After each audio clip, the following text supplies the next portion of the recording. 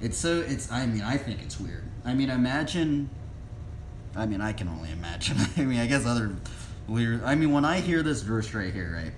Call unto me, and I will answer thee, and show thee great and mighty things which thou knowest not. I mean, I'm wondering, do you think this still occurs? Because this is in Jeremiah, and sometimes the Old Testament stuff gets a little confusing because there's the whole Old Testament, the Old Covenant, and then the New Covenant, right? And I'm wondering, do you think God still does this now, right? Is this something that continues forward into the New Covenant, right? So let's look it up, right? It's just interesting to think. Even just imagining just like really trying to seek after the Lord, right? To really seek after the Lord, and imagine the Lord of Lords, the King of Kings starts to reveal things to you, great and mighty things, right? That maybe might even be hidden or kept secret, right? Which maybe that is not, right? So I'm intrigued. Let's look up a commentary on this, right? Jeremiah 33:3. Let's see here. Oh, a 33:3 commentary. Okay, so before we get into commentary, let's see what verses when I think about this verse, is there any other verses that it reminds me of, right? To be honest, I'm running a blank right now. I can't really think of let's see here. Reveal. There is the whole mysteries aspect. There are a lot of verses about mysteries. There also, it's kind of almost reminds me of like Psalms 37, right? Where it goes like, he is going to establish our steps, right? Let's actually just take a ponder at this, right? Let's see here. Maybe this one, Psalms 37:5, commit your way to the Lord, trust in him, and he will act. Right? I guess that doesn't really... I'm trying to think of what other... Is there any combos at all that I can kind of combo Jeremiah 33:3 into? And I honestly... I'm drawing some... I'm getting a little confused here. Can't think of any at the moment. The steps of a man are established by the Lord when he delights in his way. I guess there's this one right here. The famous Psalms 23. He makes me lie down or he restores my soul. He leads me in paths of righteousness for his name's sake.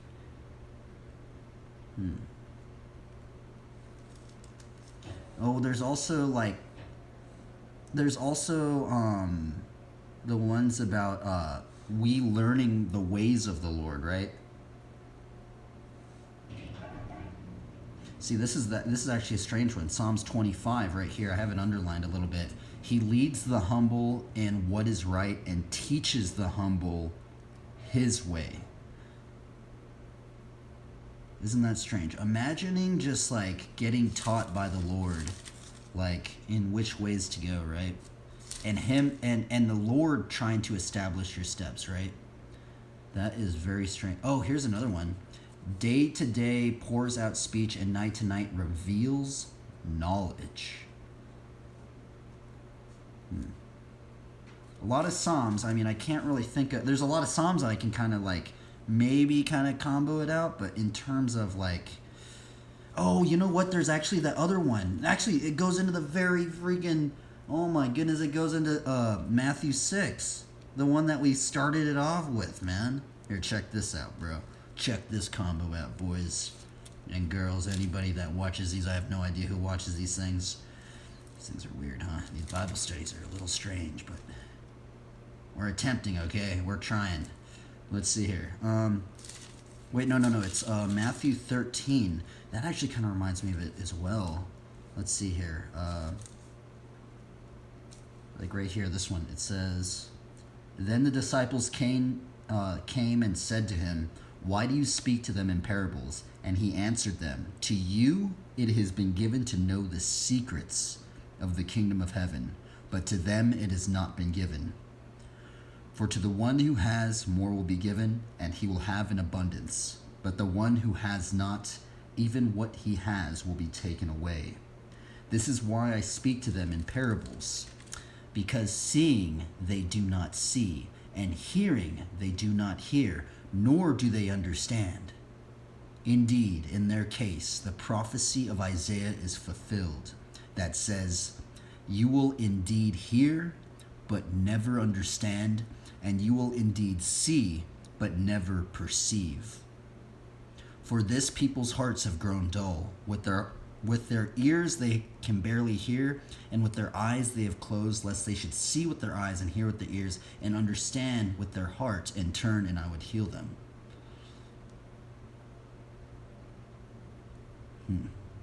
Isn't that interesting?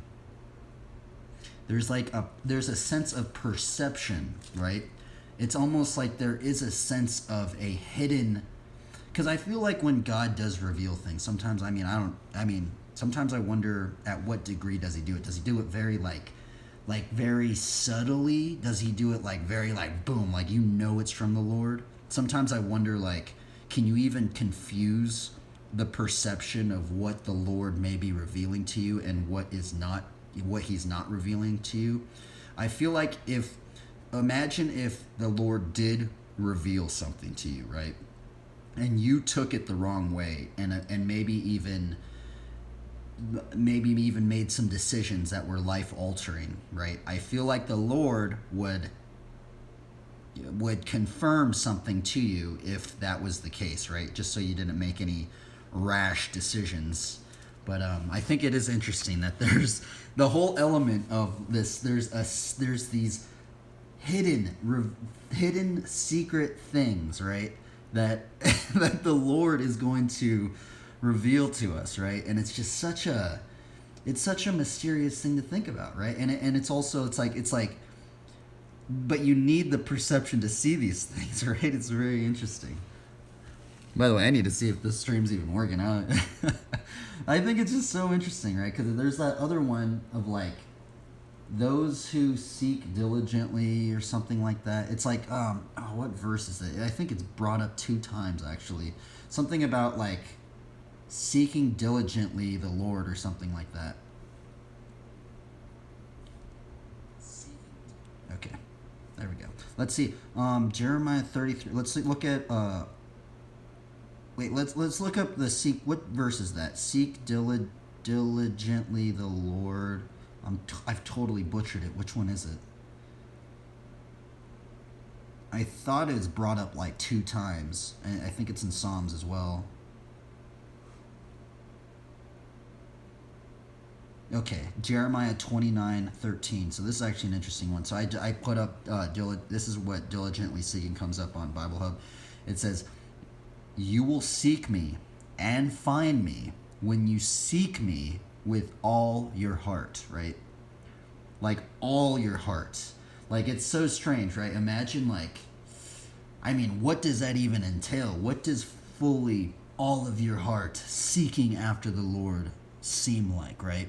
It reminds me of Luke 29:13. Let's see here. Is it Luke 29:13? Love the Lord with all your strength. Love the Lord with all your strength, all your mind, all your soul. Oh no, it's Luke 10:27. I totally got it wrong. It is in Luke. So it says, and he answered, you shall love the Lord your God with all your heart, with all your soul, with all your strength, and with all your mind, and your neighbor as yourself. Man, that is gnarly, isn't it? That just... I think what the weird thing is that I never hear pastors really mention is that point where it says all of your strength, right? It's man, I feel like that one, because I hear pastors, they bring up the all of your heart, all of your soul, all of your mind, but I don't hear many talk about all of your strength, right? That's just gnarly, man. So anyway. But I mean, I guess what does all of your heart entail, right? Like that's like, Let's look up like what does heart definition, heart. What does heart mean in the Bible? What does heart mean in the Bible?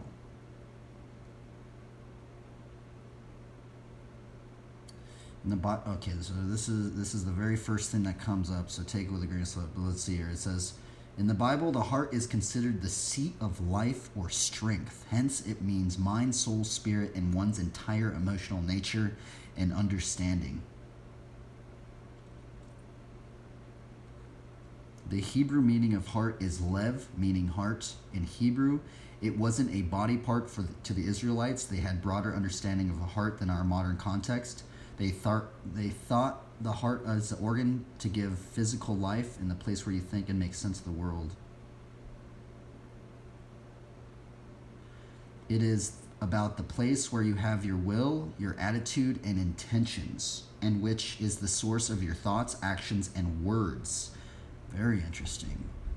Oh yeah, because that one actually reminds me of the verse of from the heart the mouth speaks. From the heart the mouth speaks, right? Which verse is that? I don't remember, but I know it's in here somewhere.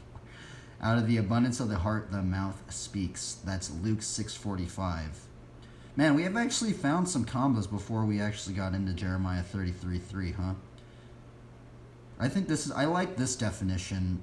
This was on Active Christianity. That was that, or no, wait, is this on Bible? It's either on, I don't know, actually, I think this is on Bible Project. Or is this on Active? It's either one of those two sites. I don't know which one it is. I think it's actually on Active Christianity.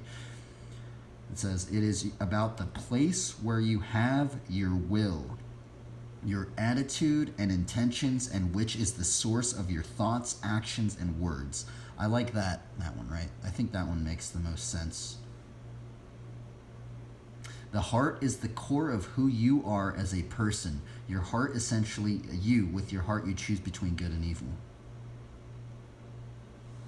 Oh wait, Got Questions has one. Let's read this. What is the heart? Because why did we get into this? It says, oh yeah, it's because we did the diligently seeking one, right? You will seek me and find me when you seek me with all your heart. That's Jeremiah 29:13. I think Jeremiah 29:13 would be a good prelude into Jeremiah 33:3, right? Because it's so let's go deeper into the what is the heart. So this is why we've got into what is heart, right? So oh, you know what's so funny is there's actually that's so funny, man. There's actually a BMX flatland tutorial like this guy actually Matt Wilhelm, that's who did it. If you watch his old how-tos, he has this section and it's like it goes like technical, strength, heart, and then like difficulty or something like that. And it's kind of funny because I actually think he has heart in one of them, right? I think there's heart. You take it with a grain of salt. I'm pretty sure he has heart in one of the little scopes of how with some of the tricks or something like that. Let's actually look it up. I'm actually like not.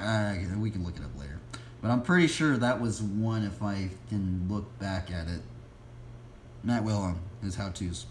Maybe check it out. I'm probably wrong. Now I'm actually just curious. Now I'm curious to see if there was heart in that. Just so, let's see here. Matt Wilhelm. How do you spell his name? Dude, I actually forgot what those how-tos even. Matt Wilhelm how-to or something. Wait, I thought he did them. Yeah, it was this one right here, I think.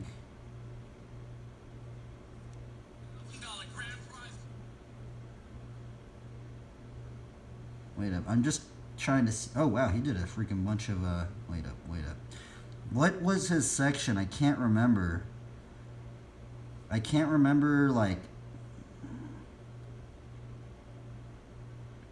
why isn't his like how-tos coming up? That's so strange. He did so many how-tos and for some reason they're like not coming up. Here, wait up. I just want to see if I'm actually like Sorry, I'm just like really curious just to see if heart was one of them. I think, let's see, I think there was a trick. I think, oh yeah, I think it's like how to funky chicken. How to funky chicken. Oh yeah, here we go, we found it. Let's see if heart is in here.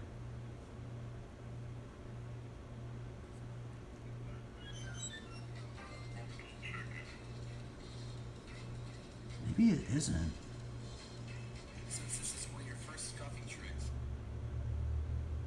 I really thought he had heart in there. Maybe not. Oh yeah, he does have heart in here. See, I thought I knew I was. I thought I saw it because I watched his how. I watched his how-tos a lot. Here, check it out. So check it out. This is funny. So in Matt Wilhelm's tutorial things, which I've watched these a lot. Look, so it's he has like a little section right there. It says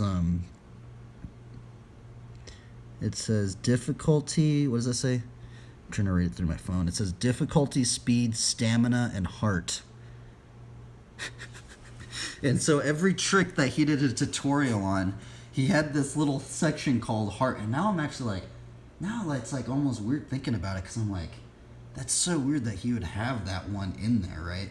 I mean, I think it's just strange, right? It's just weird. See, look, even this one, even the backyard has one. Look here, check it out. Every trick that he did a tutorial on, look, it has heart in there, right?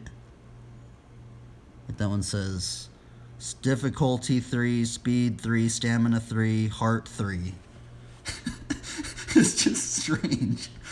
He's the only one. No, it's just so weird because it's like he's the only one that has heart in his, like, I've ever seen in any tutorial. I'm like, what in the world, bro? Because now that I look back at it, I'm like, I don't even know what that dude was even talking about. Like, I mean, maybe it's just his, like, the vigor of the, how you're, like, you just need that, like, because you think because he has stamina in there too, right? Because I feel like I would get stamina and heart mixed up. I don't know.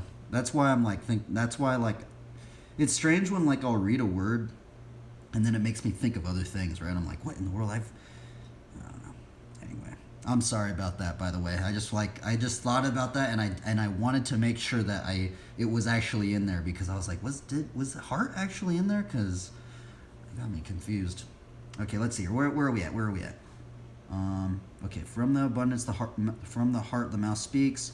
What is the heart? This is on Got Questions, by the way.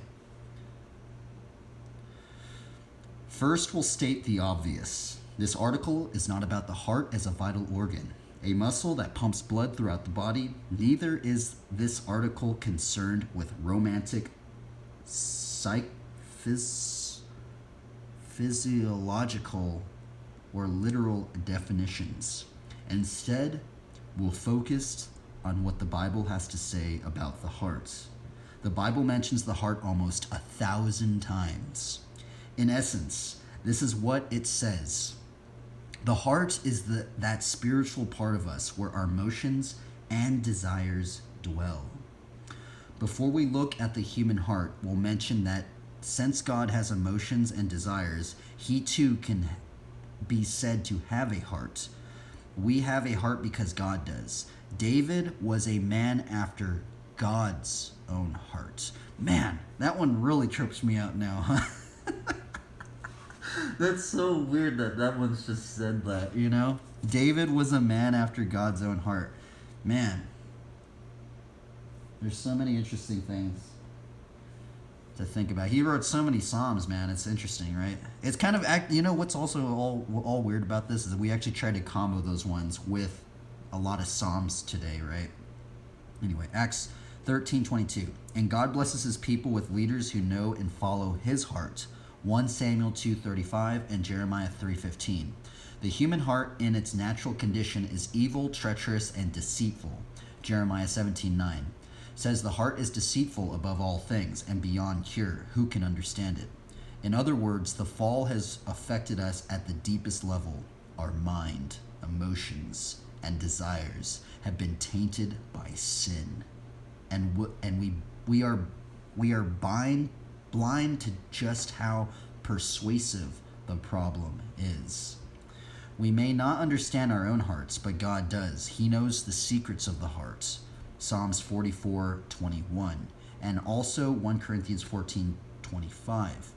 Jesus knew all men and had no need that anyone should testify of man, for he knew what was in man. John 2:24-25. Based on his knowledge of the heart, God can judge righteously. I, the Lord, search the heart. I test the mind, even to give every man according to his ways, according to the fruit of his doings. Jeremiah 17:10. Jesus pointed out the fallen condition of our hearts. Mark 7:21-23. From within out of men's hearts come evil thoughts, sexual immorality, theft, murder, adultery, greed, malice, deceit, lewdness, envy, slander, arrogance, and folly. All these evils come from inside and make a man unclean. Our biggest problem is not external but internal. All of us have a heart problem. In order for a person to be saved, then the heart must be changed. This only happens by the power of God in response to faith. With the heart, one believes unto righteousness. Romans 10:10. In his grace, God can create a new heart within us. Psalms 51:10 and Ezekiel 36:26. He promises to revive the heart of the contrite ones.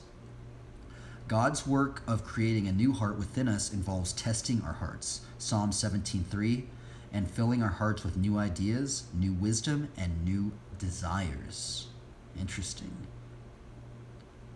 The heart is the core of our being, and the Bible sets high importance on keeping our hearts pure. Above all else, guard your heart, for it is the wellspring of life. Proverbs 4:23. I think that's very strange right there, where it says, and filling our hearts with new ideas, new wisdom, and new desires. Isn't that strange? Huh. Man, that is a trip, huh? It's just such a trip because I think back and I go, man, maybe there's a reason for all these things that started happening. Anyway, let's go. Now where are we at? Okay, so we went into that one, and then we went into that one because of diligently seeking, right? It says, you will seek me and find me when you seek me with all your heart. Jeremiah 29:13. Now let's go into Jeremiah 33:3 commentary. And it seems like I've already read some commentaries on here, but I guess I've kind of forgotten them. Maybe I don't have the best memory, right? So we're going to read some more, okay? Let's read. I haven't read the Bible Study Tools one because it ain't purpled, so let's read this one. So this is on BibleStudyTools.com. Let's take a little chug of this. Cheers. Jeremiah 33:3.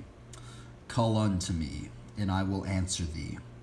This is spoken not to Jerusalem and the inhabitants of it, but to the prophet, encouraging him to seek the Lord by prayer, promising it to answer him, and show thee great and mighty things, or fortified ones, which are like fortified cities that cannot easily be come at, unless the gates are open to enter into, and designs such as are difficult of understanding, which exceed human belief, and which reason cannot comprehend and take in. And such are the great things of the gospel. Some copies read it, things reserved, as the Targum and the Jarkai, who interprets it of things of the who interprets it of things future. What? Well, I guess that does kind of make sense, right? Because it's in the, he's going to show us great and mighty things, but we haven't seen them yet. Or maybe he has revealed so that's the other thing. It's like, does he reveal little bits and parts of it, or does, like, it's like things future, of things reserved in the heart of God, and which he purposed to do, and very rightly, which thou knowest not, until revealed.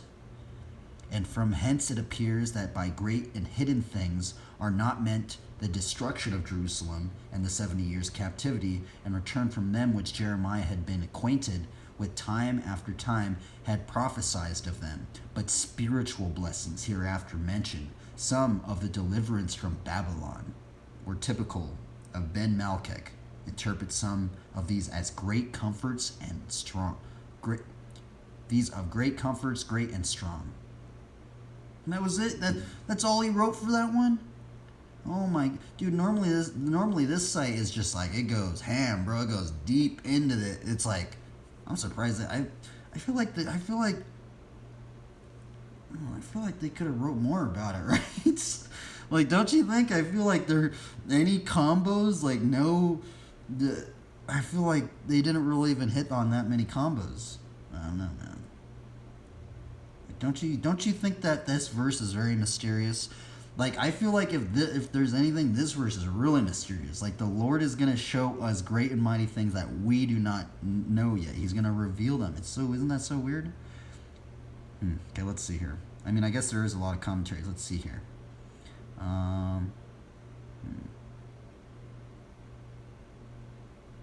Trying to find, what's this one going to say? What does, okay,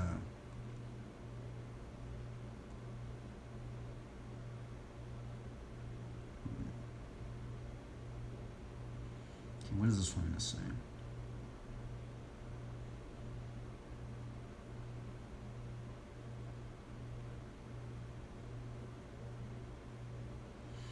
Mighty things, the MT Besserat, RSV, or hidden things. So I guess some translations can put in mighty things to hidden things. Usually means that which is inaccessible. And here that which is beyond the normal reach of human knowledge. So like hidden things, that's so weird. Like there's this hidden element of what God is going to reveal it, maybe, potentially, if we seek him, right?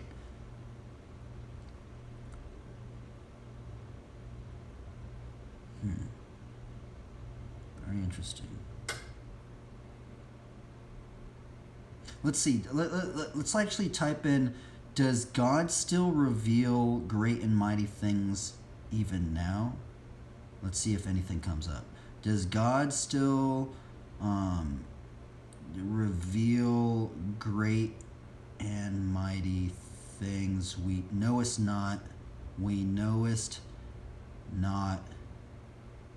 even now, like in Jeremiah 33:3. Let's see if anything comes up. Question mark.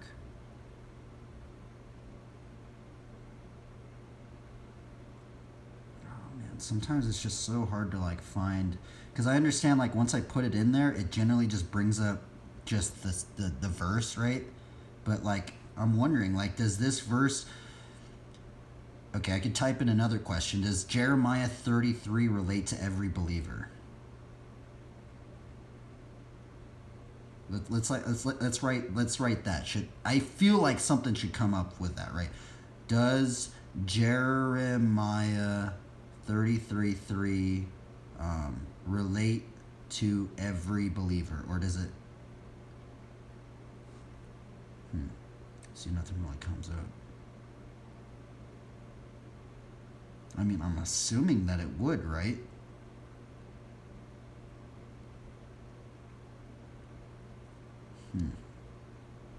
Or I mean, maybe it's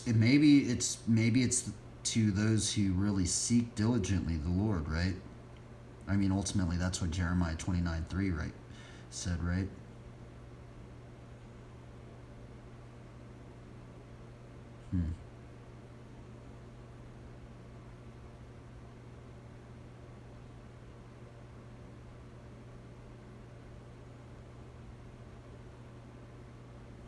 Let's type in, since that one, some of the definitions say from the mighty things into hidden things. Let's type in hidden things Bible verses. Let's see if we can find anything up in here.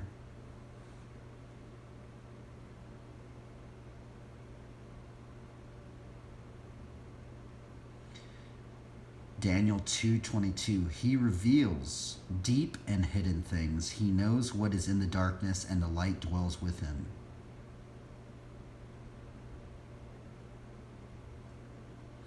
Amos 3:7. For the Lord God does nothing without revealing his secret to his servants, the prophets.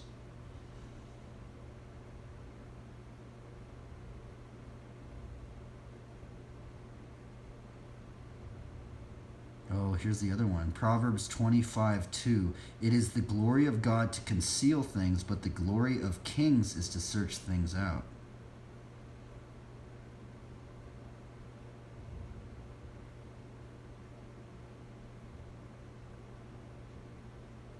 Job 12:22. He uncovers the deeps out of darkness and brings deep darkness to light. The king answered and said to Daniel, truly your God is God of gods and Lord of kings and a revealer of mysteries. For you have been able to reveal this mystery.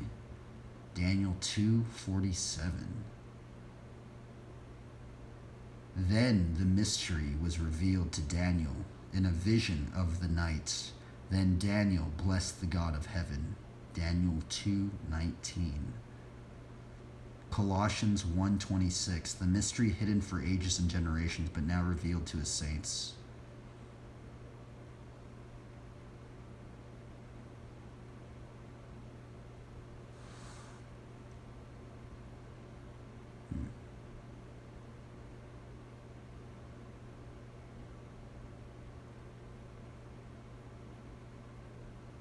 Deuteronomy 29:29. The secret things belong to the Lord our God, but the things that are revealed belong to us and to our children forever, that we may do all the words of this law.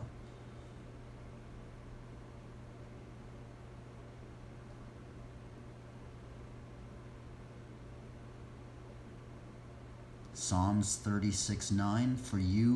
For with you is the fountain of life, in your light do we see the light. Do we see light?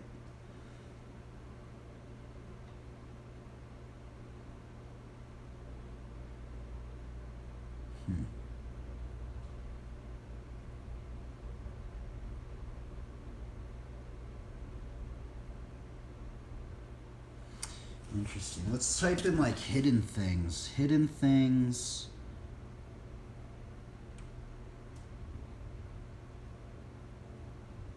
What is this one? It says, what are some Bible verses about secrets? Okay, is it going to go into a commentary? Oh, it's not going to go into a commentary.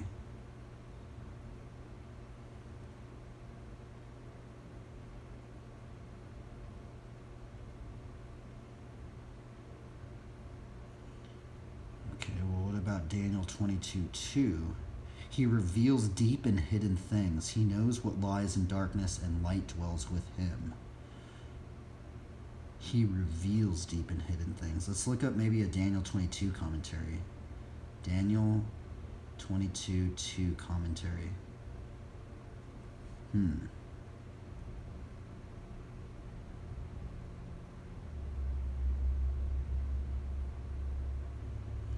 Matthew Henry's concise commentary. Daniel humbly prayed to God would discover to him the king's dream and the meaning of it. Praying friends are valuable friends, and it well becomes the greatest and best men to desire the prayers of others. Let us show that we value our friends and their prayers. They were particular in prayer, and whatever that we pray for, we can expect nothing but as a gift of God's mercies. God gives us. I don't even think that's even. That doesn't even sound like it's for that verse.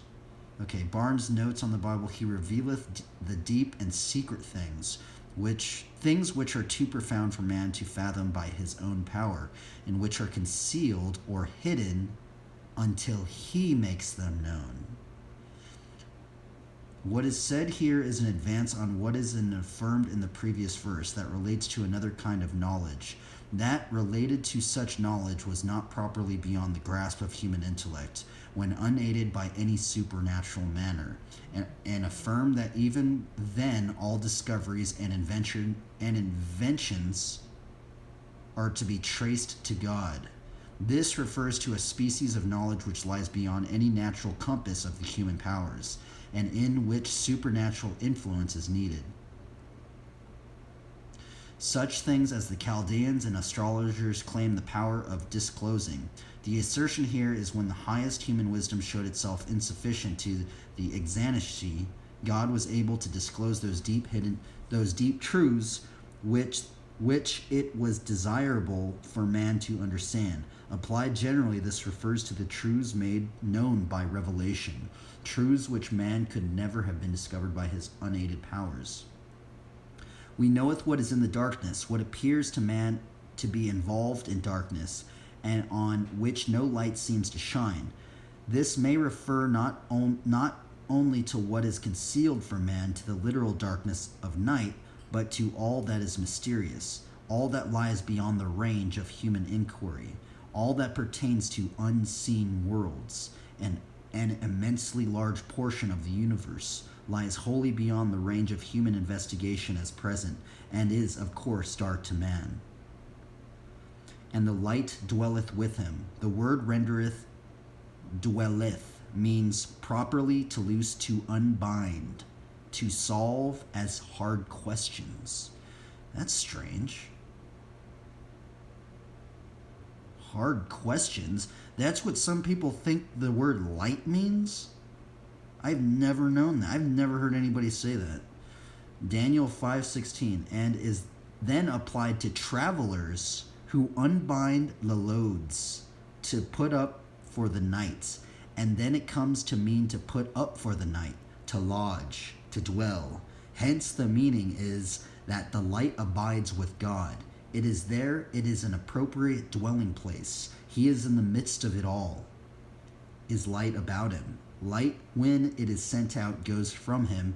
When it is gathered together, its appropriate place is with him. Where is the way where light dwelleth? And as for darkness, where is the place thereof? That thou shouldest take it to bound thereof, and that thou shouldest know the paths of the house of thereof. That was a strange commentary. That was a weird one. Jameson Fawcett's commentary. Light, apocalypse, or revelation signifies a divine prophecy, a human activity, where the two are distinguished. The prophet is connected with the outer world, addressing to the congregation the words with which the Spirit of God supplies him. He speaks in the Spirit, but the apocalyptic seer is in the spirit of this whole person. What in the world? I've never seen those two words together. Apocalyptic seer? That sounds like an RPG class right there. I ain't even lying. Let's look. And a seer is somebody. Let's see here. Seer definition. I'm actually going to put up apocalyptic seer. That is a strange word, right? That's two words I thought I would never read in a commentary. Oh my goodness, that's gnarly. Oh wow, it's actually kind of interesting. There's actually a bunch of biblical things that come up when you look that up. Apocalyptic seer. Let's look up seer definition. Now I already have looked up seer definition, but we'll read it again just so, because I feel like if someone were to listen to this and they'd be like, a seer? What is a seer? Right? Is that even in the Bible? Well, let's look it up. Seer definition, Bible. Apocalyptic seer, man, that was a strange. I was not. It's always interesting, like when I read some of these commentaries and I just go, I feel like if some people were to even use those words nowadays, I feel like some people would be like, hey man, you need to not be using those words. Like I bet some believers, I feel like some believers will even consider apocalyptic seer, those two words together, like, I feel like some people would be like, hey man, that's like some new age stuff, even though his Bible commentary was like way, way back in the day. Okay, what was a seer in the Bible? What was a seer in the Bible? A seer is a person who sees. In the Bible, a seer is another name for a prophet.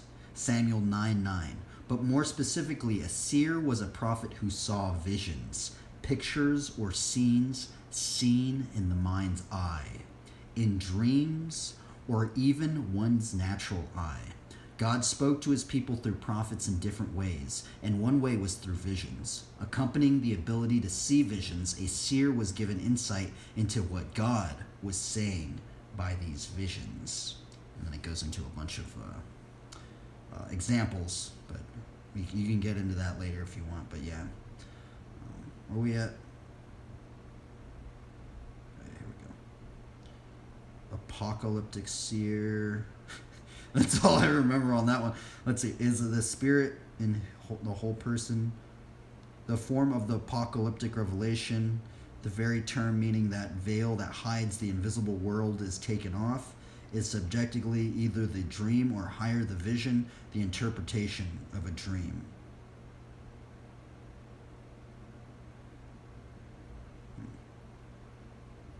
Okay, and then it goes into Daniel's... Okay, so yeah. So Daniel interpreted dreams, right? Because he's interpreting Nebuchadnezzar's dreams. Huh. I don't really know why that one even like... Okay, wait, that's why. They're saying, okay, there's parts of Revelation and they think that Daniel's for preluding things in Revelation. Interesting. He revealeth deep and secret things, and he knoweth not what is in the darkness, and the light dwelleth with him. Daniel 2:22. Man, this Bible study was a little weird. We've been kind of hopping around a bunch of places, but I think that'll be the end of it, right? Intriguing. Okay, well, that was the Bible study for today. I still kind of like...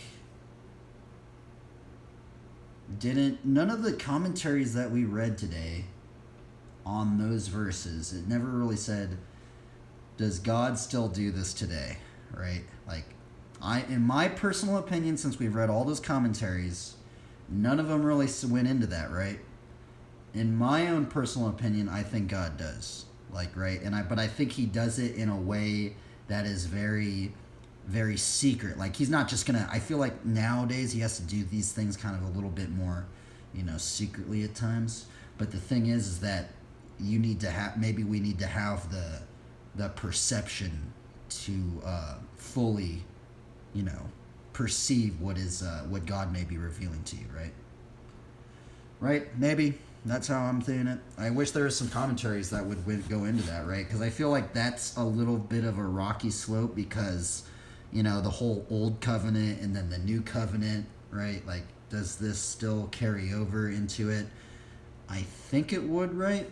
Because Jesus goes into... Because, like, Jeremiah's going into it back in the day saying, like, he's going to reveal these things. Daniel goes into it. And then Jesus, the Lord of Lords, Jesus Christ, he talks about it in, like, the parable of the sower, right? Where it's like he's going to be... there's the secrets of the kingdom, but a bunch of people can't see it, right?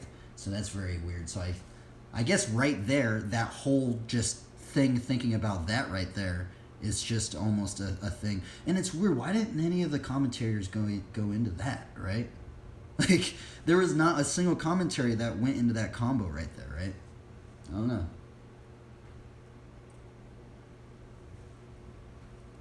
I'm sure there's been a bunch of commentaries. It's just...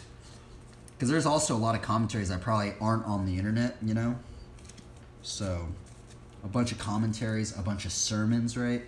All that stuff, but it is interesting to think about. And I think it's weird, right? It's just odd thinking... It's fun, and this is why I like doing it in the aspect of not, like, pre-planning things out, right?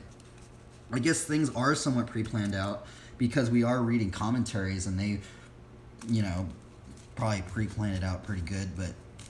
It's kind of fun just like going in there cold and just seeing what we can find. Like today was pretty rocky to go into, but I think it was interesting. Especially the apocalyptic seer. I never would have thought to read those words. That was actually the first time I've read those two words put together in a Bible commentary. And it's so interesting, right? That's definitely like apocalyptic seer. I've never heard a single pastor even say those words together. I've never even read anything other than and that was, I think, Jameson Fawcett's commentary. I think that dude was definitely pretty old. I think it might have been like in the 1900s or something like that. So.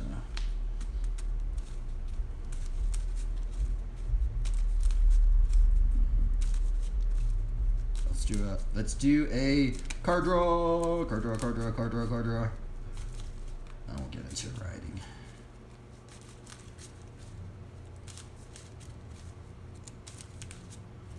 Man, these Bible studies are bizarre, huh?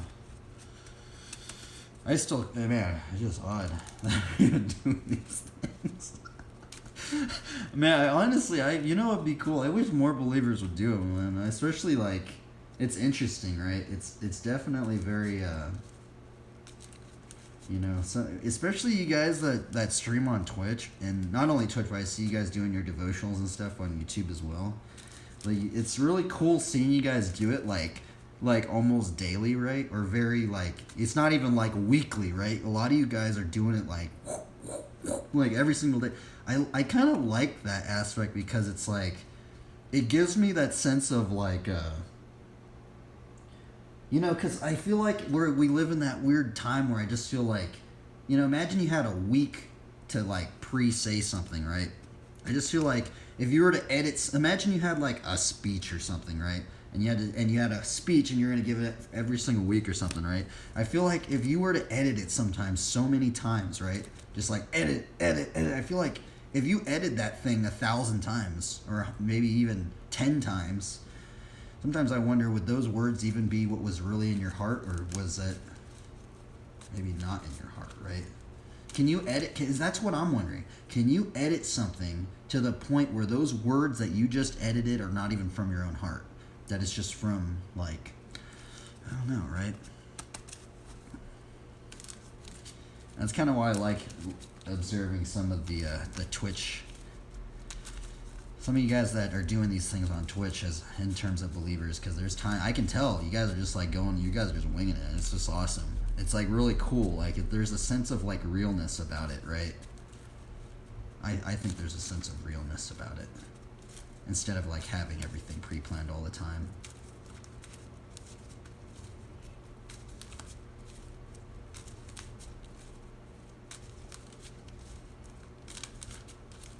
Okay, let's see what cards we draw today. Hopefully, I think these things should be pretty shuffled, right? Okay.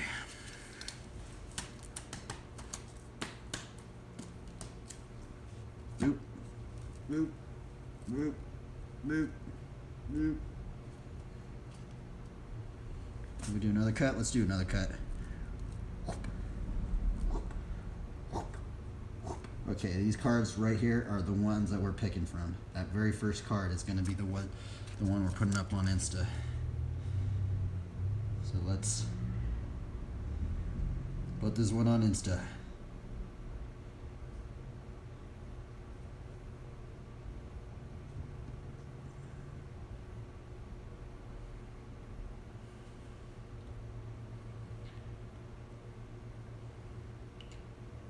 Welcome, travelers.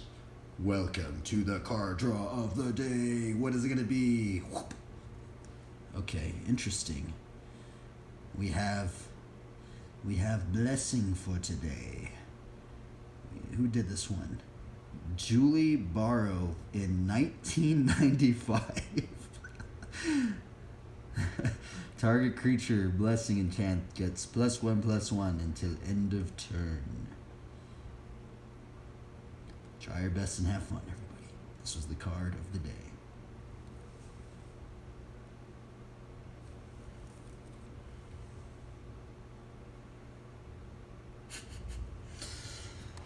Okay.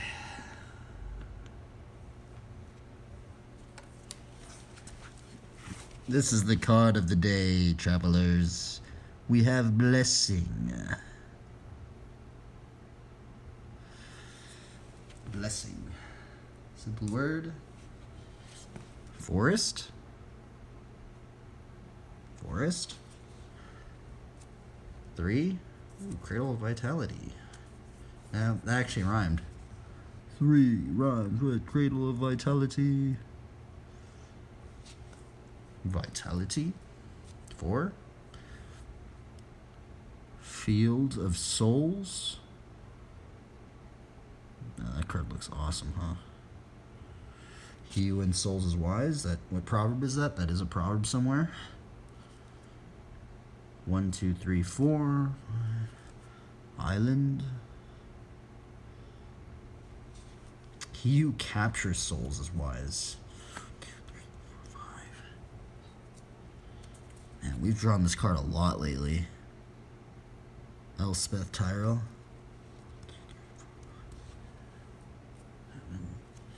Plains. Last card. 8. Oh, interesting. Angel of Glory's Rise. That card looks cool, huh?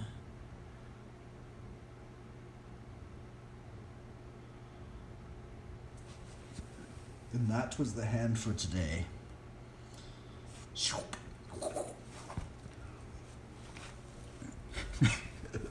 Holy moly, dude. How many things have we... I wonder how many times is this gonna... Like, I'm wondering, like, how long could you endure doing this, right? I mean, there is that one dude. He's done it 17 years every single day. I mean, that's gnarly. Man. It's crazy that... It's actually very strange when you think about, you know, when people stay with some things for so long, it's like... It's actually very interesting to think about. Okay, let's see here. Where are we at?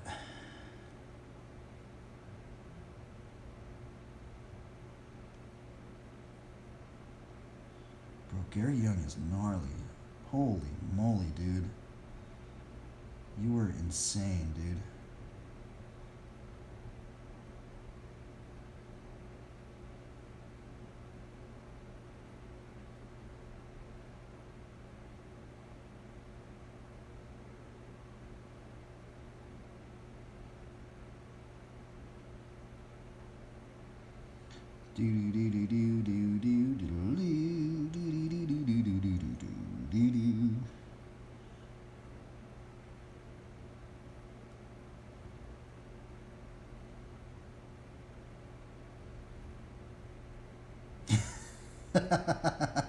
Oh man.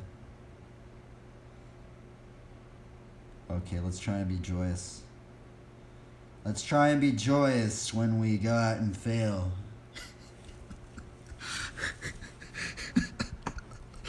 Oh man. Let's just try and have fun, right? I'm trying to have fun, okay? That's the thing.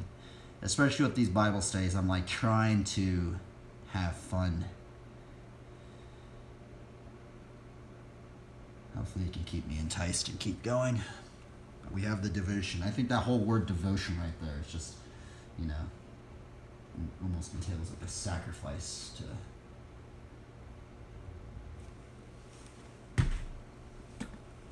Devotion.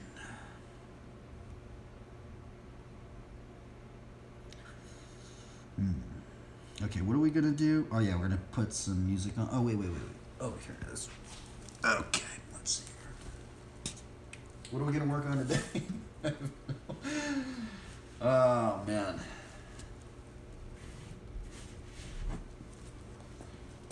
Man, these Bible studies are so bizarre, huh? Oh, well, we're going for it. That's the funny thing. I think more people watch these Bible studies than actually the bike riding. That's the funny weird thing, but...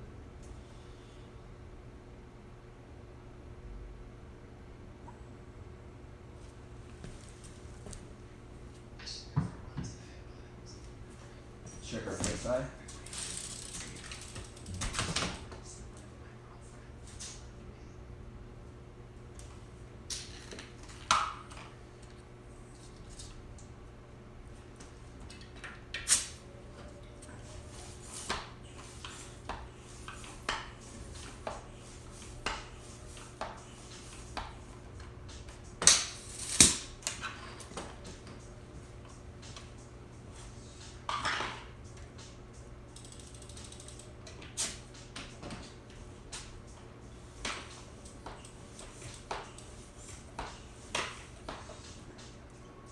Yeah, actually, use that much two-sided there.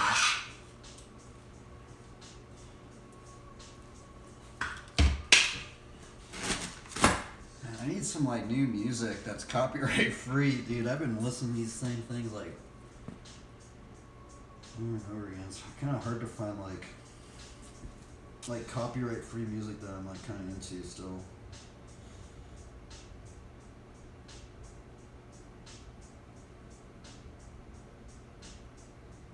Man, that took an hour right there, man.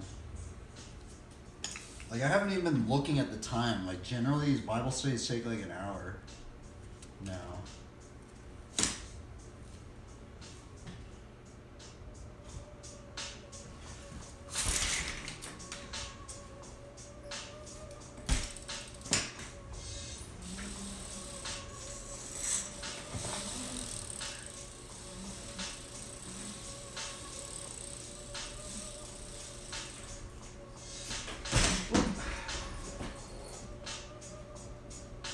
Dude, I actually saw this crazy maneuver. Dude, there was a crazy maneuver I saw. So this dude did a peg wheelie like this into a... What's this called when you go like this? Like that. He went into this and then did a bar spin like this. I don't know if he like lifted it up or... I think he lifted it down. Or no, I think he did lift it up. Oh my goodness, that's crazy, bro. Dude, he did that. I've never really seen anybody really do that. Oh my goodness, that's crazy, bro. I want to see more people do that.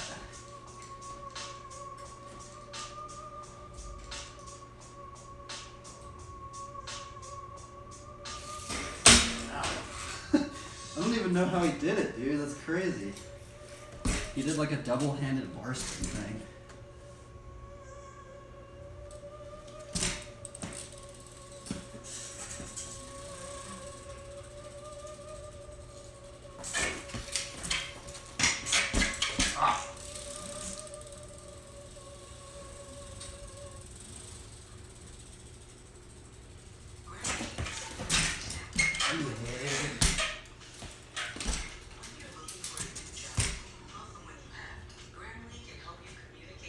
I want to do another quad today.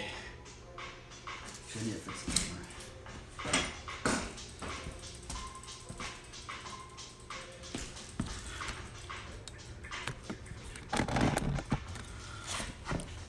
Ay, yapa.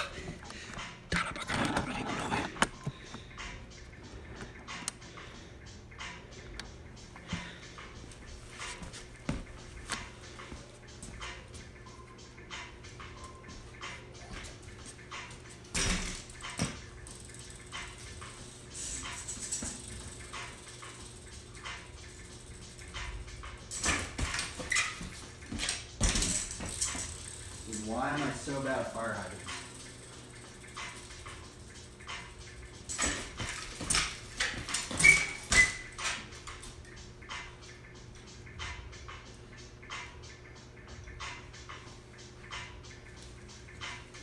I forgot I used to do that one too.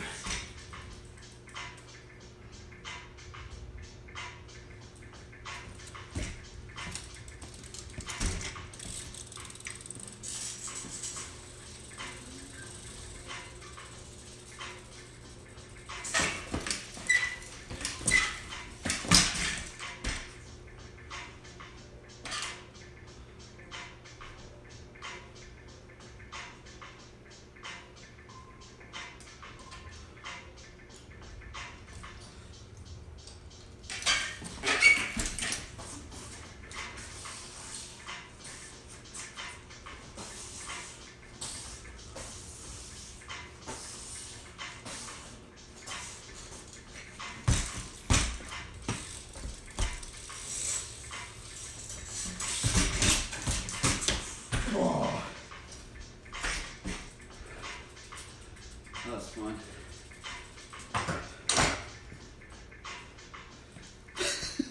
I've never done that before.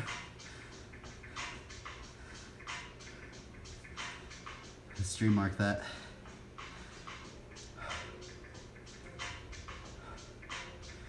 Add stream marker. Oh wait, I need to put all these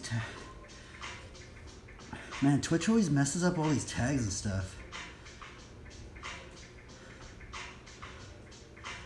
Okay, cycling.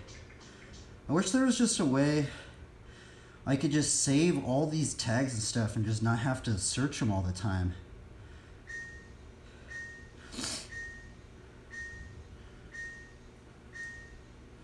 Like I have to like manually do this. Like you have to manually put all your tags in. It's just kind of like, I feel like, you know, it shouldn't be like that.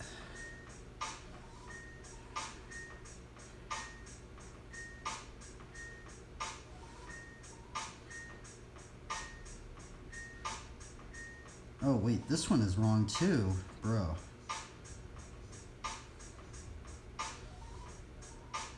I thought I changed this. Doesn't make any sense.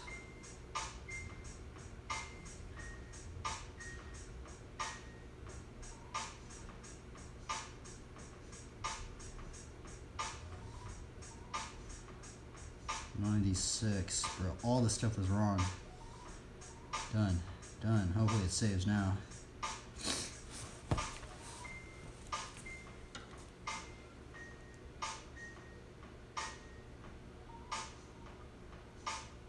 Dude, I'm streaming WoW? What the? Dude, all this stuff's so wrong. Come on. Why is this so sketchy, dude? It doesn't want to change.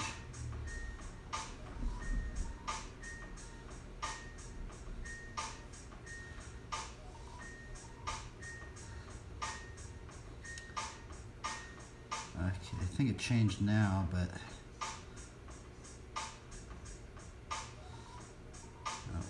Okay, here we go. Now, it did work now.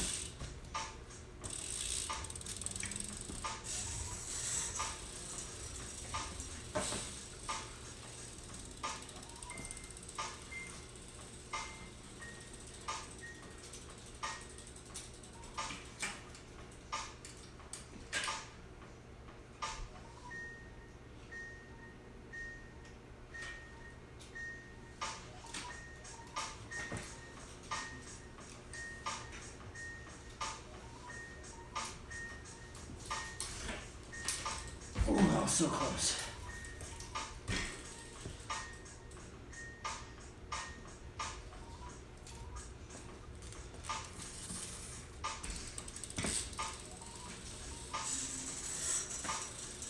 You know, I'm actually starting to get the swivel down again. Not again, but kind of actually it's down now.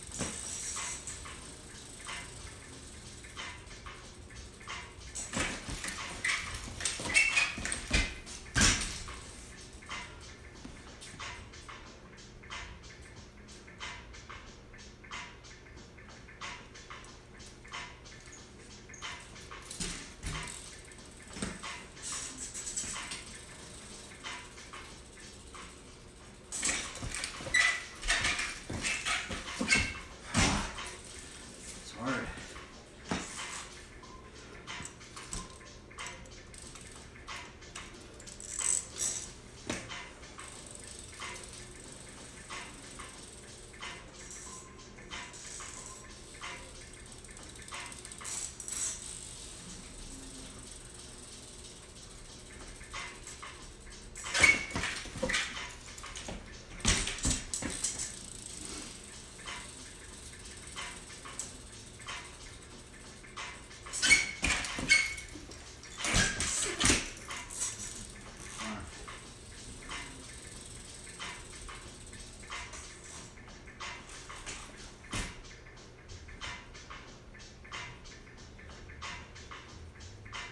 What other stuff we working on? Oh yeah, we're gonna try and do run Seymour.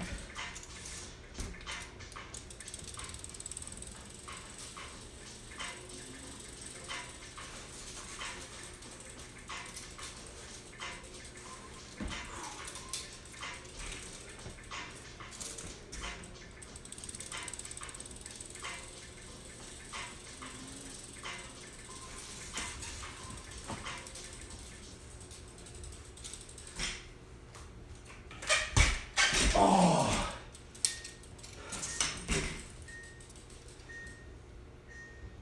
Come on.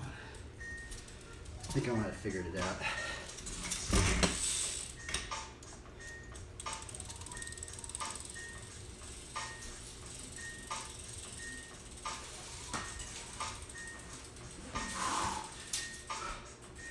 That trick's fun.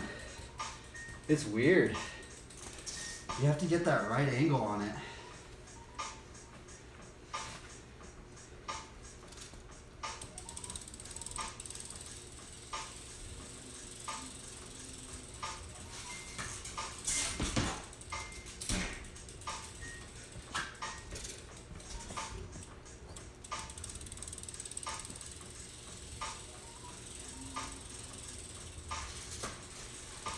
Oh, come on.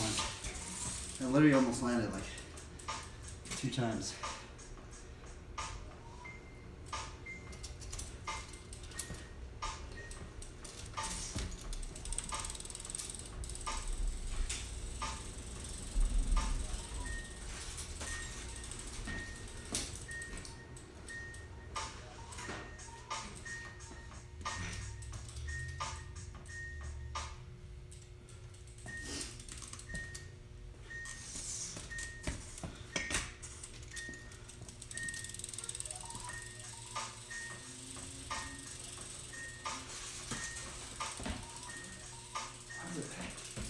So weird.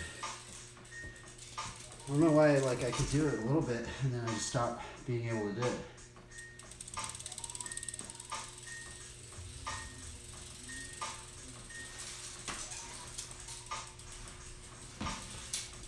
Makes no sense.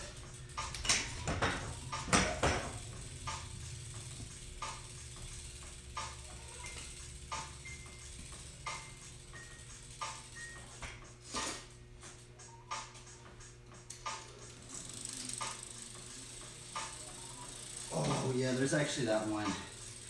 Here, check this one out. I haven't done this one in a long time. They're actually kind of scary. The, what's it called? Lawnmower in a decade.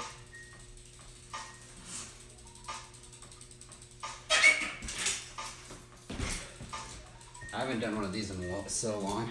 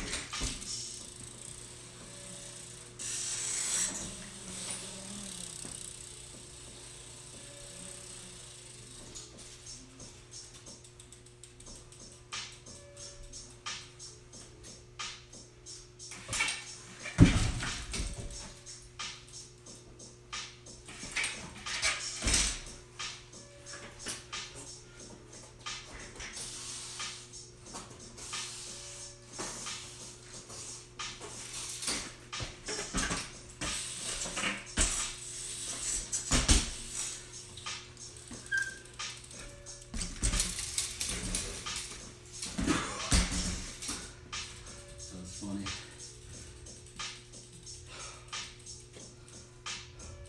Just see how many bars would we do like that.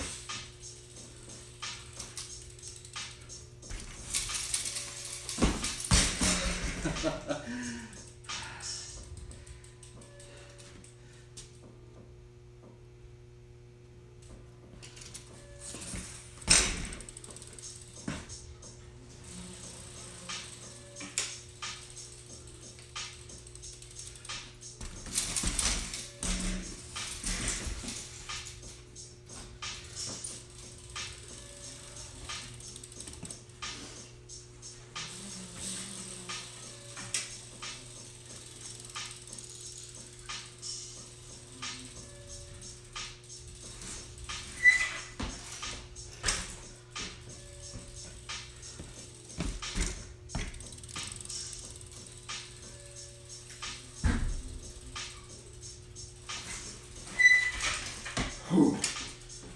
Why can't I get it?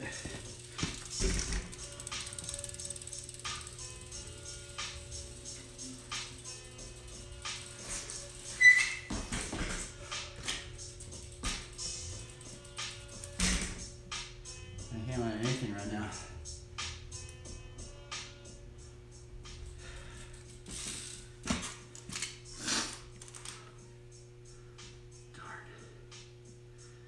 No worries.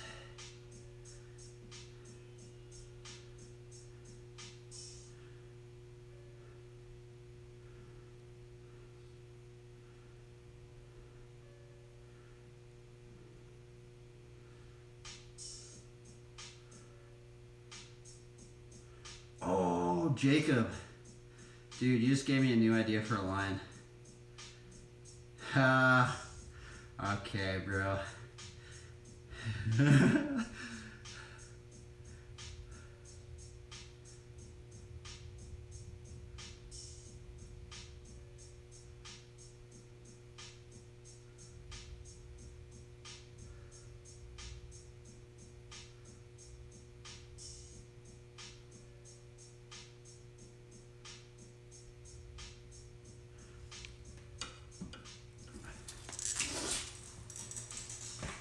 Alright, this is for Jacob Tyan.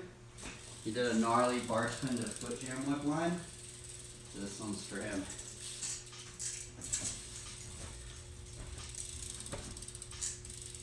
Right here.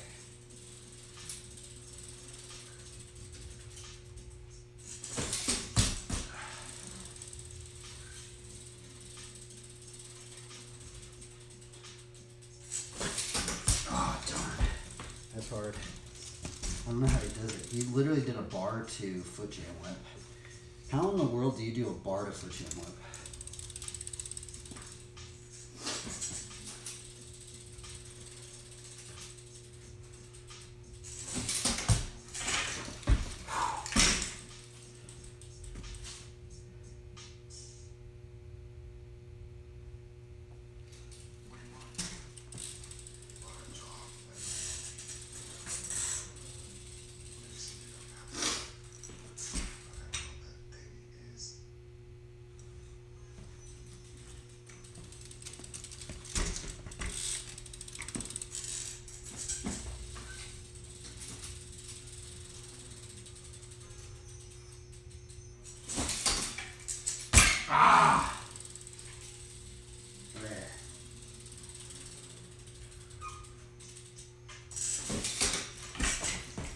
Oh,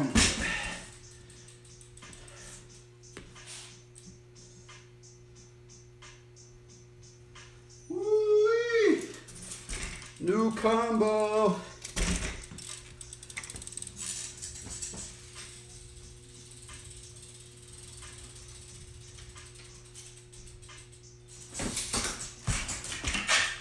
Oh, darn.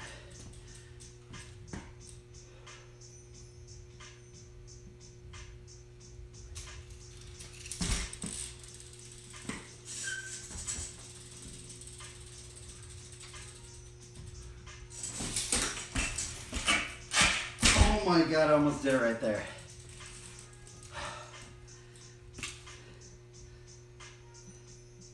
Oh my goodness, bro.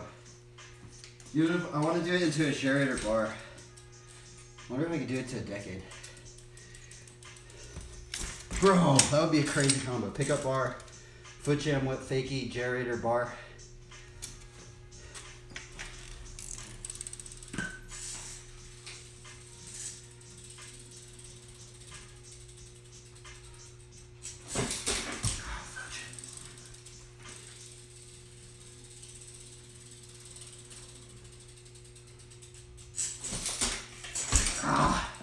You gotta like catch it right away. It's kind of hard.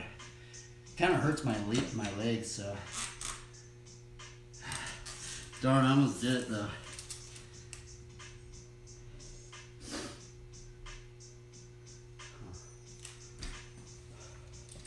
That one can, I feel like it get frustrating.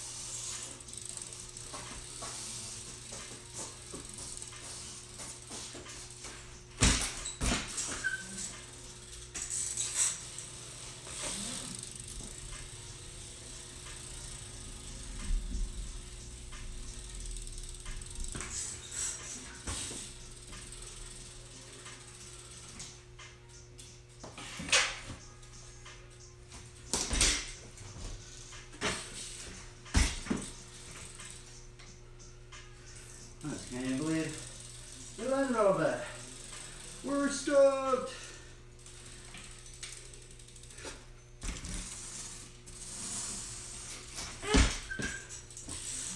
Bro, I've never landed all these no-handed combos before.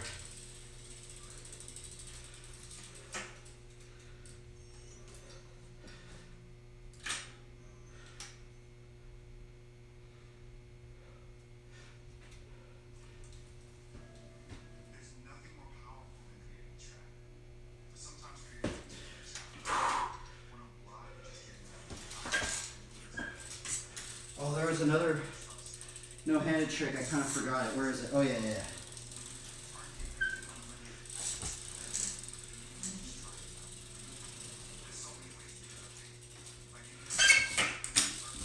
No, that was the one that took me out.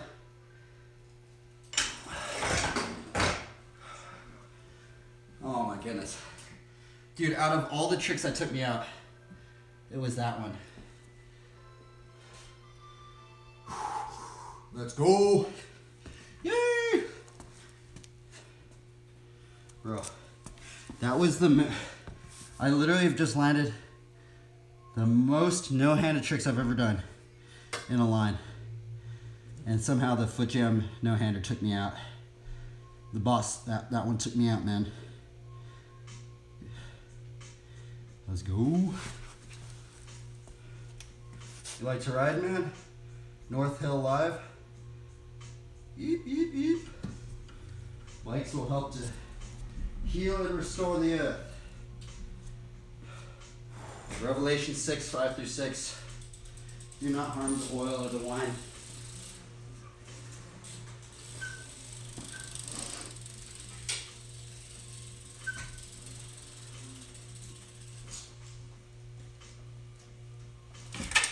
Woo! Uh-oh. Hit. Whoop, whoop, whoop.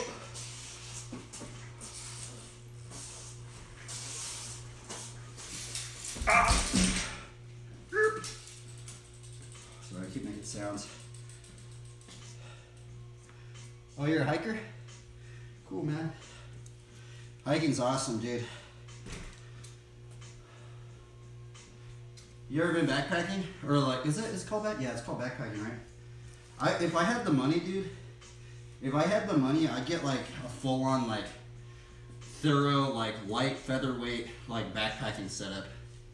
You know how they have like all the lightweight gear? I think that's what they take for the Pacific Coast Trail, the PCT, right? That one that's like a month-long backpacking trip or something.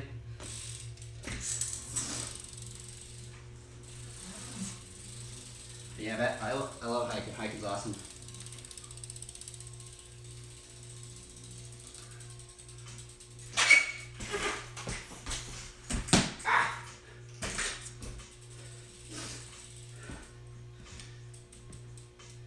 Yeah, outbound is the way to go. My setup is 11 pounds. Oh my goodness, yeah, the PCT is really, really long, huh? You know what'd be gnarly is to do like the backpacking where you have all your gear and then you go and rock climb, you know? Like you go to some gnarly like mountain spot where you have to like hike up there for like a week straight just to hit like a rock wall. That stuff's gnarly.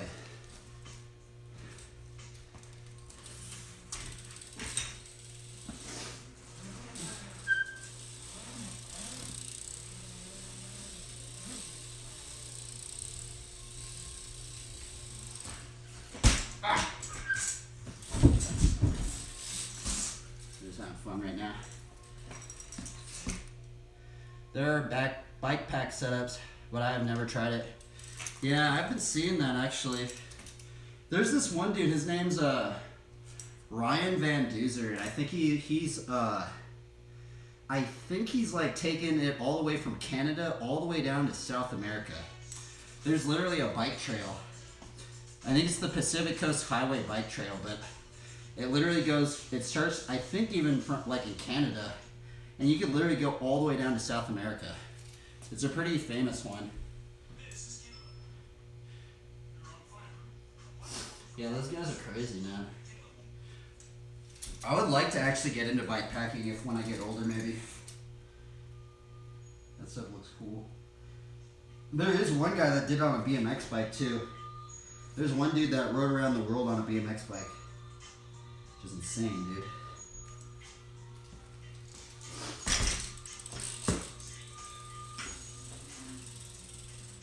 I kind of want to do that crank flip combo.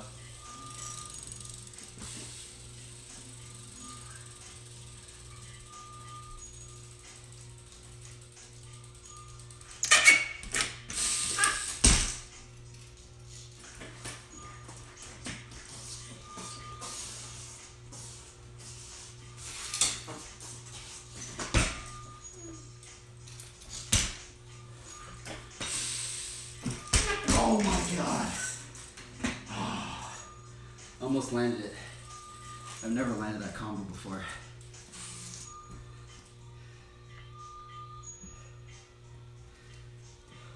Honestly, I thought when I started getting on Twitch, there'd be more people on the fitness and health section, but not many people are on it, right?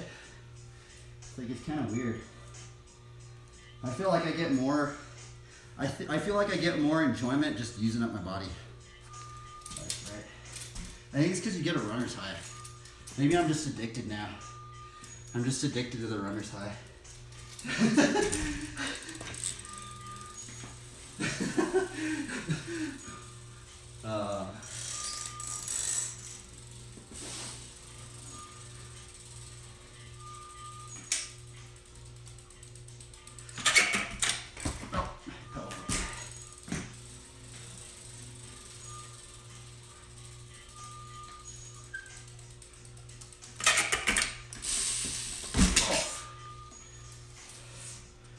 If I'm gonna film this clip, so I might not be able to see the chat for a little bit because I haven't landed this combo before. So another reason why I got into streaming is because, see this phone right here? This phone has I have 20 or 30 minutes of actual footage I can film on this phone. But with streaming, I can literally film on this phone, on a phone, 24/7. And it's basically like having an unlimited external hard drive. Where I have 20 minutes on here, I have 24/7 footage capability on there.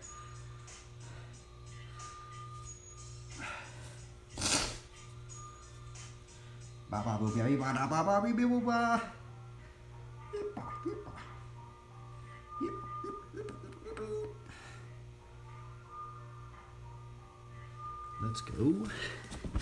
Let's go, let's go, let's go. Let's go, let's go, let's go.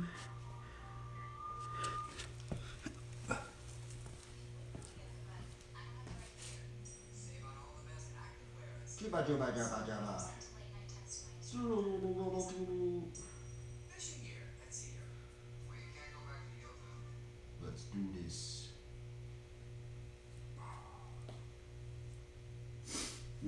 Okay, we're gonna do the crank flip line, except we're gonna try and do a bar spin in it.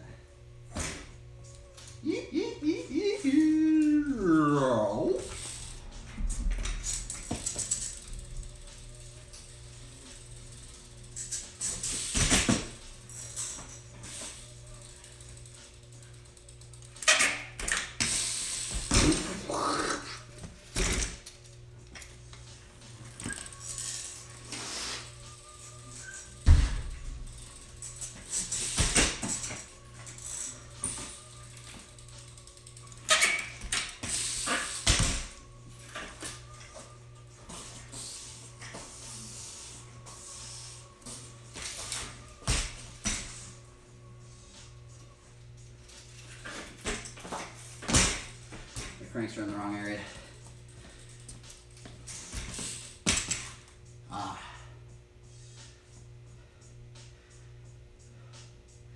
That was fun. This one is fun, man.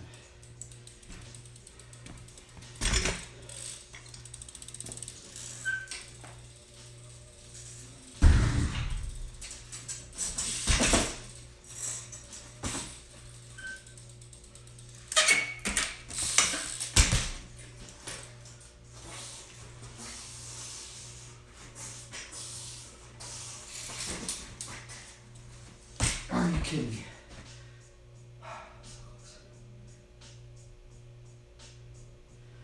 Let's jam my finger.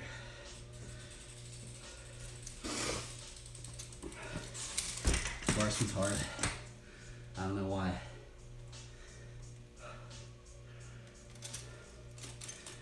Darn, that one really took the energy out of me. I need some water.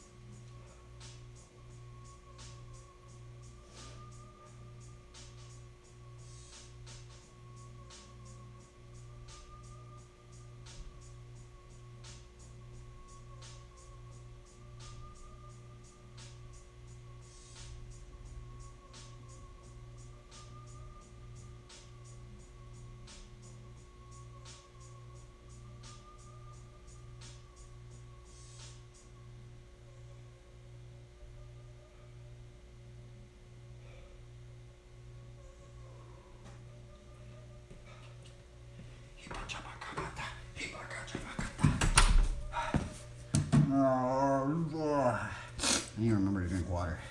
It's crazy, like how if you don't drink enough water, I can feel it, dude. I feel when I start getting tired. Like generally, actually, when I get tired, it's because I'm dehydrated.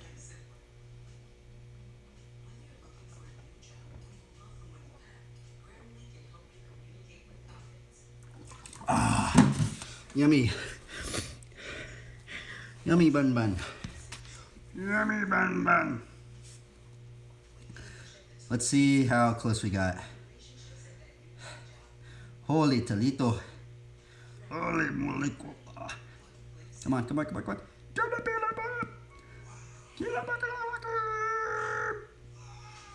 Oh, ew. Bro, I'm gonna land this one. Ooh, this one. Oof, this one's gonna be a doozer. All photos, albums, I gotta keep deleting all this stuff. If I could, I wish there was just something where I didn't have to do all this. I don't have to delete all this stuff. Jacob, your line took me out, bro. I couldn't do it.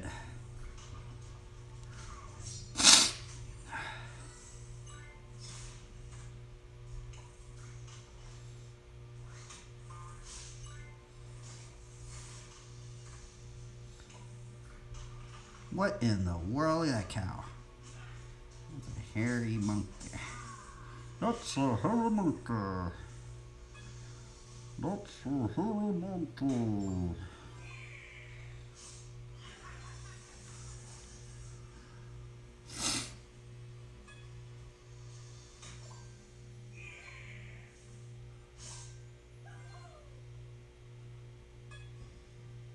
That's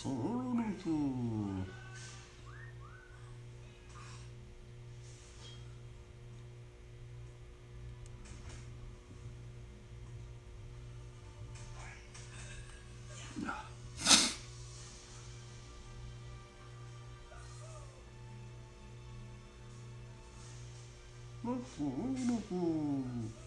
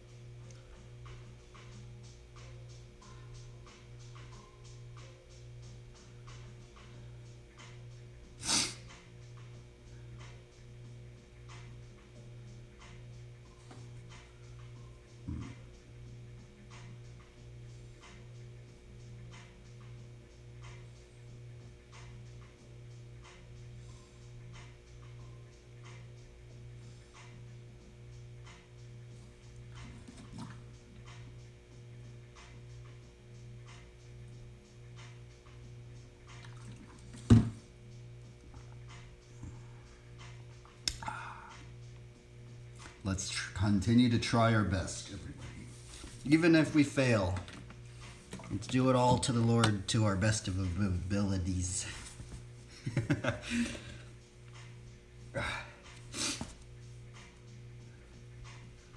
honestly, if the Lord was truly wanting us to try our best, what would you try and do? Oh, someone said something. Sorry, I've been busy. Oh, sorry, man. I haven't been looking at the chat. I apologize, Maddie. No worries, dude. I'm still here, bro. We're still here. I bet I haven't been looking at the chat, dude. Hopefully you're doing good. Hey, did you get your bike together? You've been riding?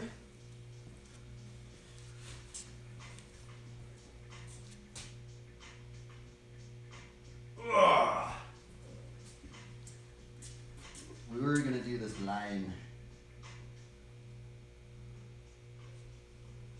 Okay, right here. Whoop.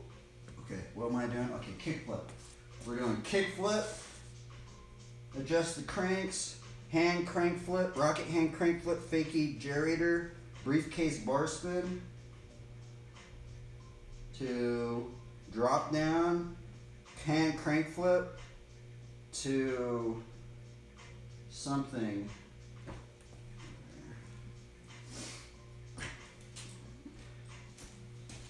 Let's go. I'm probably going to give up on this one because this one's taking a lot of my energy up.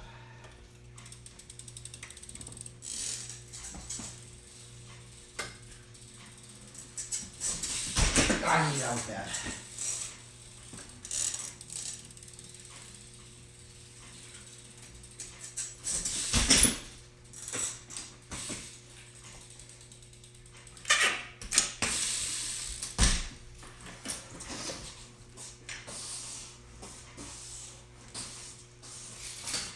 Are you kidding me, dude? Man, the bar spoon keeps getting me.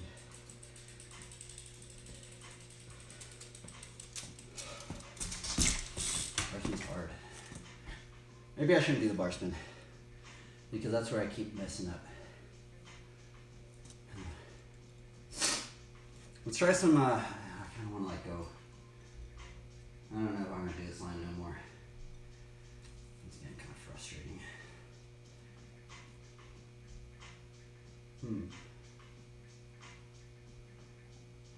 I guess we could try another whiplash thing. Because that's going to up us into doing multiple whiplashes.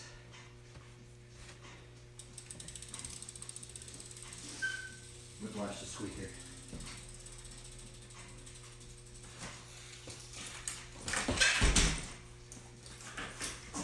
Dude, I'm just doing first tee. If I can just keep doing that.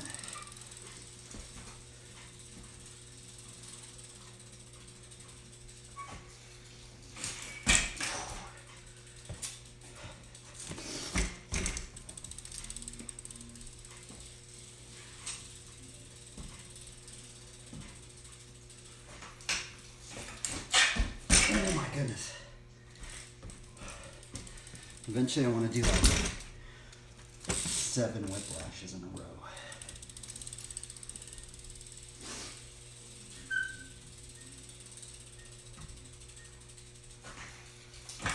Oh, it's so hard, man. I don't even know how I did almost.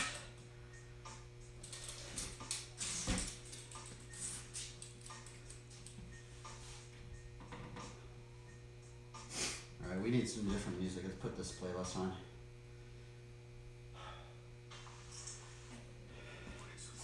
Okay, we're getting into just grinding, man.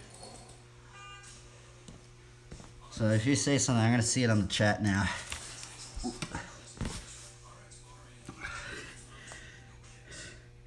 Yep. Still here. Okay, I'm not. Sorry, the screen's really cracked on my. I had to change my phone, so I'm not using my other phone, so it's a little hard for me to see the chat. I can see it on this one though, so I just opened it.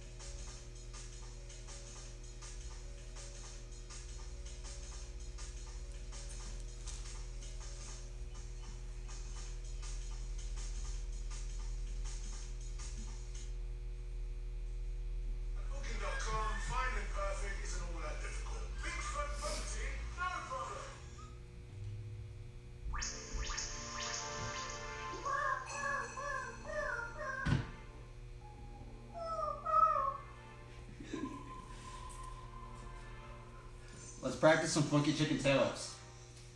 Funky chicken tail up. Level unlocked.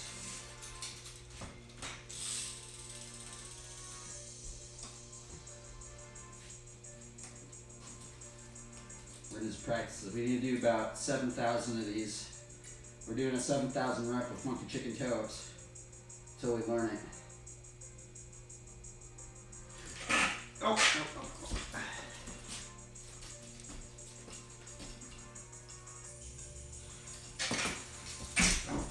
That trick is so hard, dude. I don't know how you guys do it.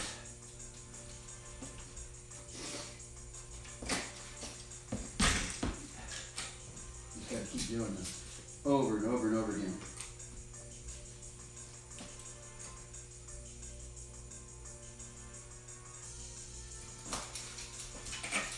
Oh, I almost did it right there. This trick's gnarly, bro. I think it's gnarly. I think some people think it's easy, but I think it's hard.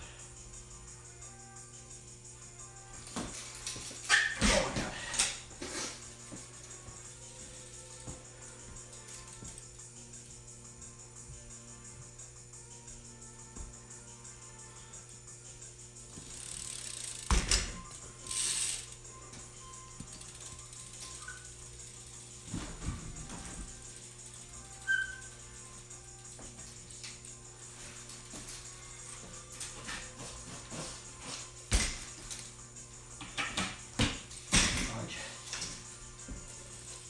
I don't know how they like throw. When do you throw it? I feel like your momentum's like going too forward. Maybe you like gotta like scuff it back and like slow it down.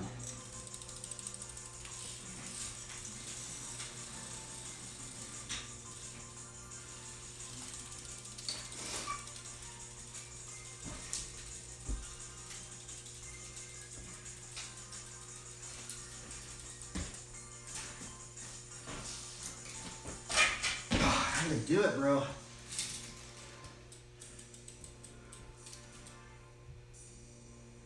It's freaking hard.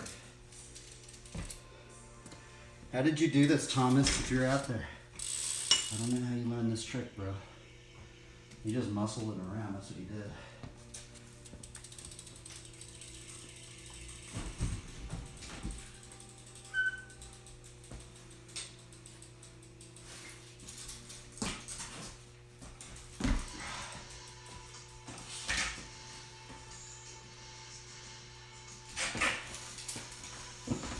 Oh my god, that's so crazy.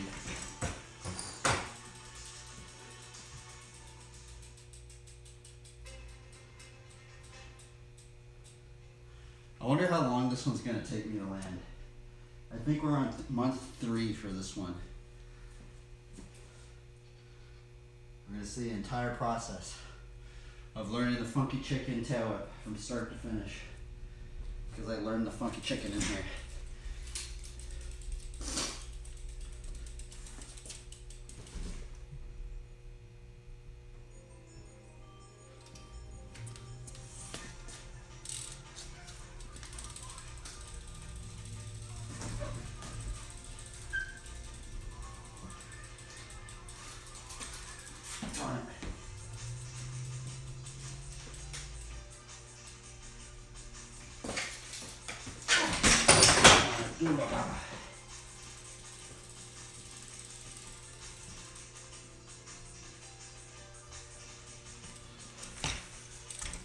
I wonder who made this trick up.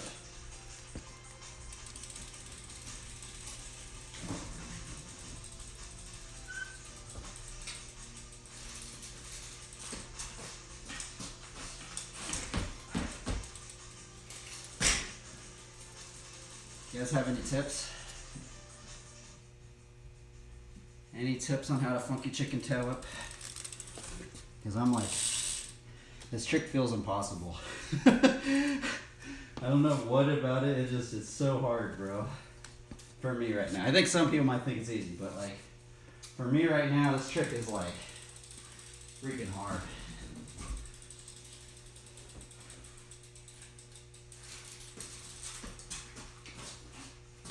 So when do you throw it? How in the world do you just throw it? Right? Because it's like I'm going, with my momentum's going forward, right? And then they just throw a tail up in there. It's weird. And you have to grab it. You literally have to throw it with this arm. And then you have to lift this leg up. And then you have to grab the seat again. And then get back into the funky chicken. It's so crazy. You guys are gnarly.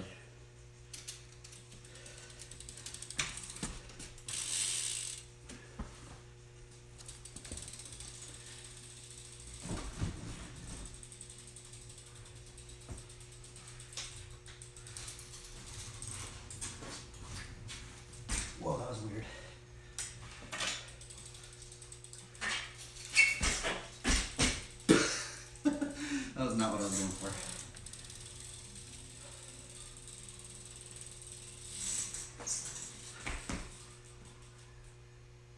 I also want to learn under the gyrator. Let's try one of those out. There's some crazy combos I've seen. I've seen someone do like, I saw someone do a perpetual under. Like he did it like under, gyrator, under, gyrator, under.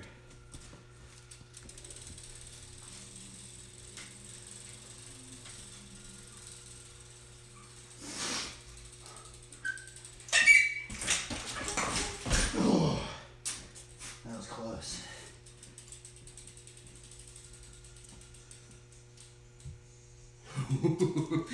That was a close one. How do you go into a... It's so... I can't imagine like doing a gyrator from that. It's just so hard to land. Imagine going to a gyrator on this trick. It's freaking gnarly to think about.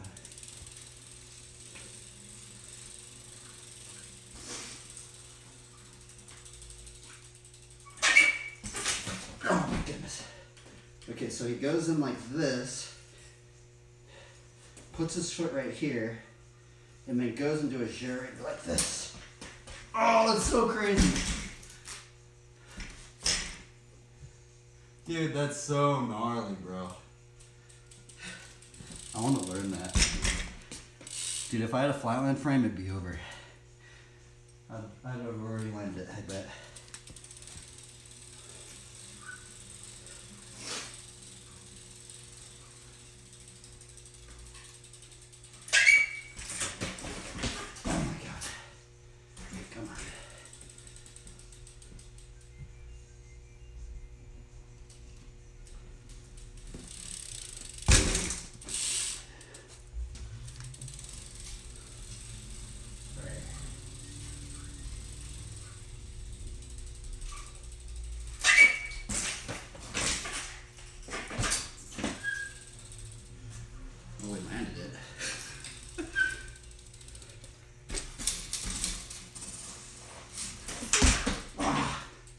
At least I landed it. I didn't do a combo and did that. It's just so hard to land. I can't imagine like doing a combo out of it.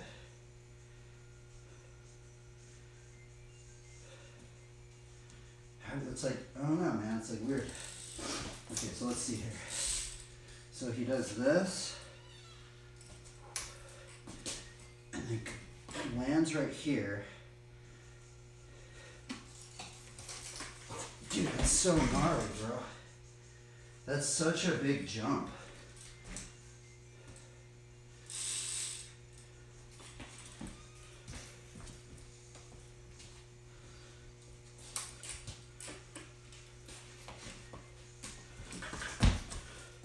You just gotta keep doing that, I think. You just gotta keep practicing this.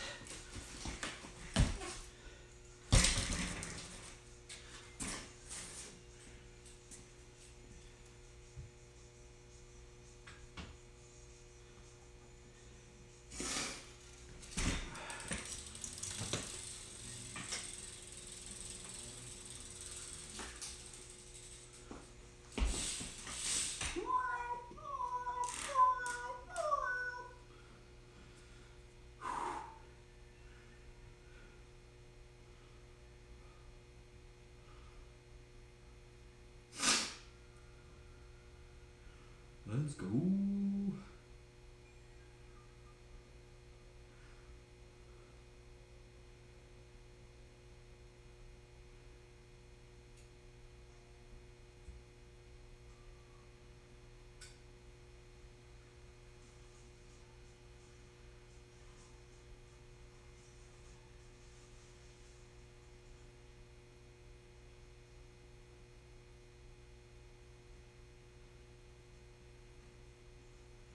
Little monkey.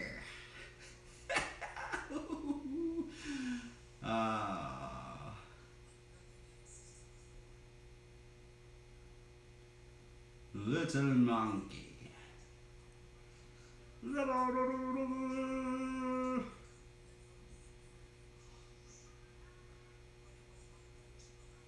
Little baby monkey, little baby monkey.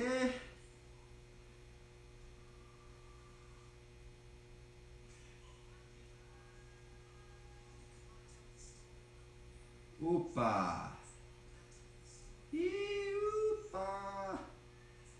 Sweep.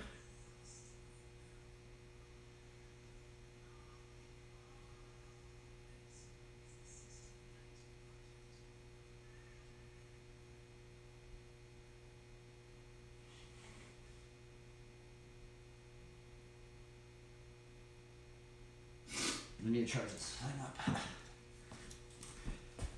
Let us charge up this thing.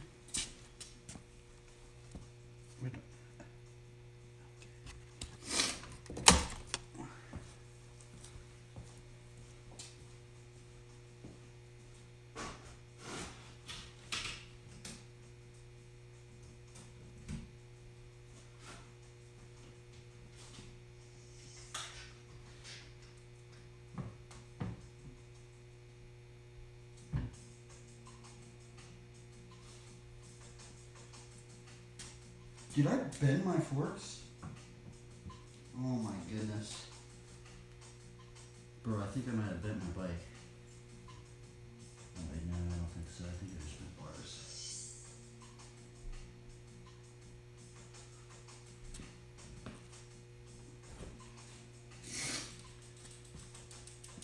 Alright, we're gonna practice some steamrollers, or some hitchhikers. Yeah.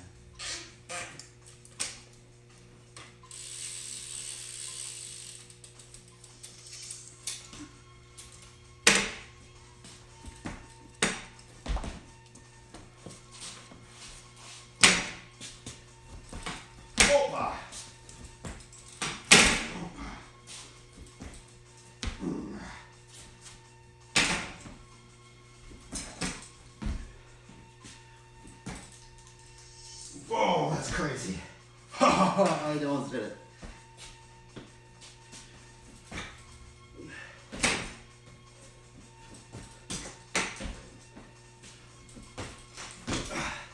Darn, that's a hard trick.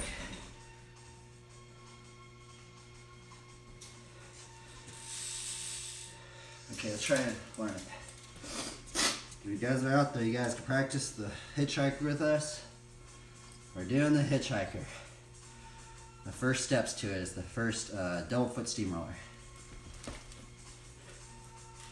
Gosh, it's hard. I can't even double foot steamroller.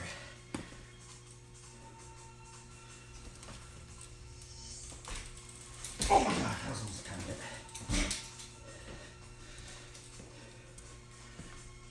I feel like I'm having a really hard time with this trick.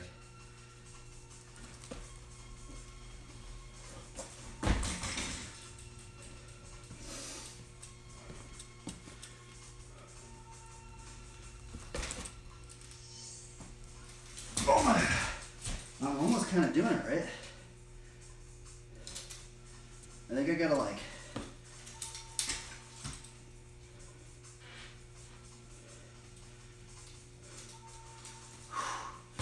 That's a crazy trick, bro.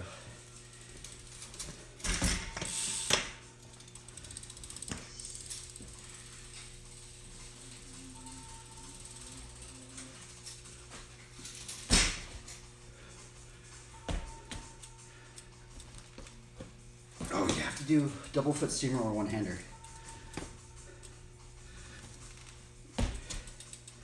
That's hard.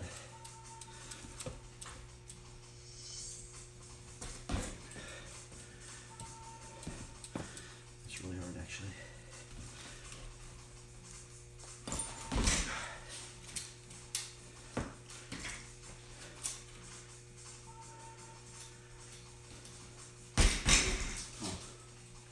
Let's actually watch a how-to.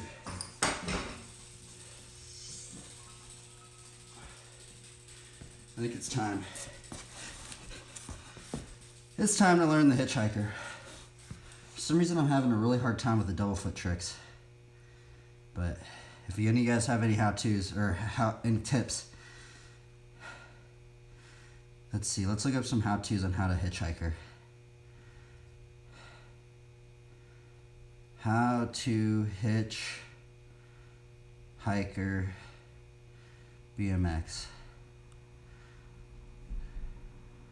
Let's watch Chad Carter. Let's see what this guy's gonna say. We'll watch it together.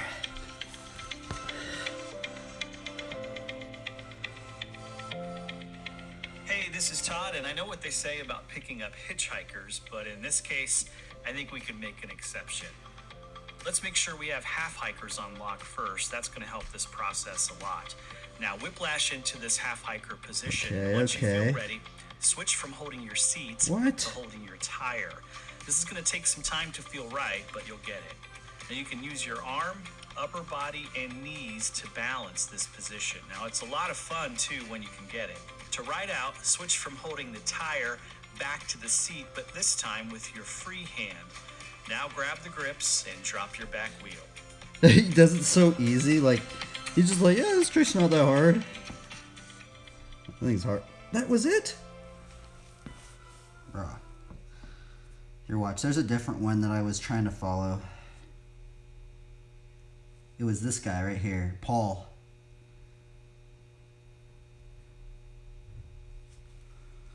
Watch Paul.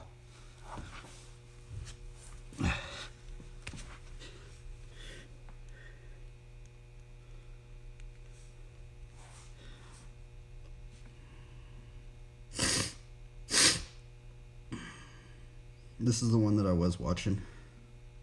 Because I think this is the easiest way. Right, back to hitchhikers. Thought about kind of how to do this and whether they include full glides first and the basic steamrollers, but I'm going to presuppose that you've got all them down and you want to get from steamroller to a hitchhiker. There are other ways of doing it, elbow glides, stuff like that to hitchhiker. The way I do it, and the way a lot of people do it, is from the steamroller.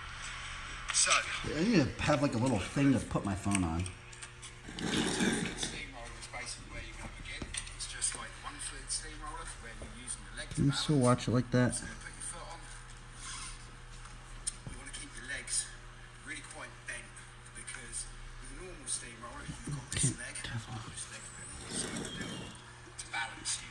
Yeah, with a 2-foot Okay, yeah, steamroller, give her. of course, you haven't. And so basically, it's all done, I suppose, in a similar way to a manual, with your hips and your knees. So first thing you want to remember is keep your knees bent. If your legs are too straight, All right, knees need to be bent. too high, makes the top heavy, makes it harder to balance the trick. Don't get me wrong, there will be times in the trick where you may extend fully, but you'll then drop back down because the lower you are into it, the more stable it makes Okay, it. lower we are, the more stable. 2-foot steamroller also gives you the basic feel for rolling the foot there, trick 2-footed. I feel like this needs to be like So closer it up, sort huh? of underpins learning the hitchhiker. In terms of it being surrounded. So 2-foot steamroller, feet go on, grab the seat, and lift the back wheel. After you've practiced it for a while, the other hand comes off. Yeah, just hold it. I guess that's what I could do. I can just hold it like this. And, you know, it's got to be noted now, both of these tricks are not going to come overnight. Hitchhiker took me months to learn it, and I still don't put that in time. But learning, you know, the 2-foot steamroller does start helping you get those mechanics of what's going on. Okay, 2-footed steamroller, so that's why I've been trying that. Hitchhiker, once it's rolling, easy to roll around that. So, hand off. This is where you want to be to start your hitchhiking. Now, you can go to the hitchhiker with your hand still on the handlebar, and there's nothing wrong with that. But it's not the best form. Now, balancing your hips and your knees.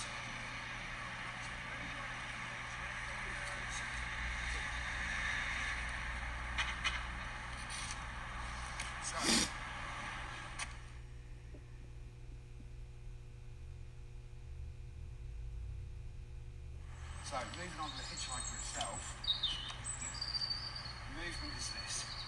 So, you're balancing like this, you start pulling the frame out, and at the same time you're creating this movement with your hand. So you watch the forks start to pivot down. And then as it goes round, you get to this point, you let go, and you grab here or here, depending on where you're going to be doing it. one of the things I learned when I first learned them was I tried to do this as slowly as I could, thinking it would help me with the balance points all the way around. It just makes it a lot harder. Here's one of those ones where a smooth flick is going to get you where you want to be a lot better. So yeah, remember this twisting motion, because you don't just want the frame coming out, you want to be applying that pressure, as well as that, as the frame comes out and the weight comes up here, it actually pushes it down. Yeah? It gives you that nice flow up and into the trick, and then if you want to juggle it later. That's what I want to learn. I want to learn the juggles. So, look at a backwards hitchhike. So, flick it up. Dude, that looks crazy, huh? This trick is freaking hard, bro. I've given up on learning this trick many times. Notice the legs doing all the balancing. I'm just not good at the balancing part. Like, just learning the double-footed steamroller is really hard, I think. Double-footed one-handed steamroller. Notice my knees bending a lot. You just landed it right there.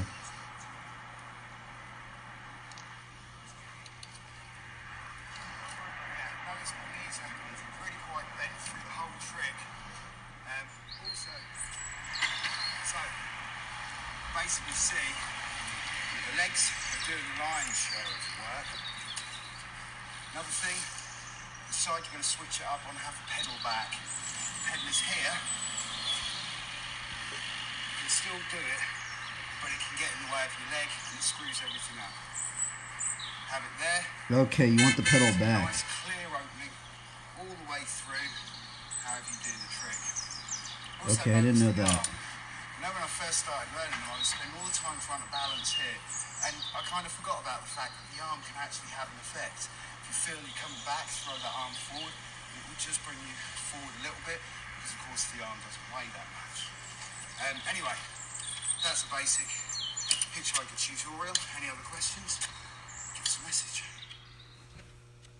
That trick is hard. I mean, he already said it. It took him months to learn it, so.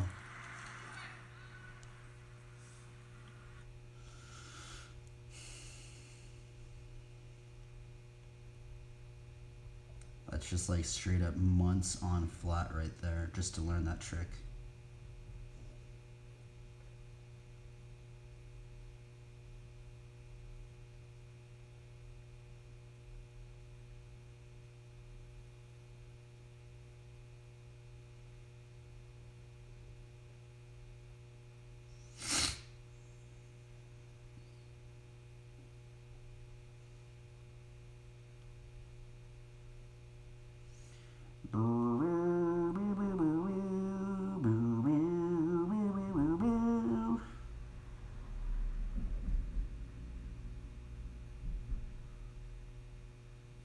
Dewberry, Dewberry, Dewberry, Dewberry, Dewberry.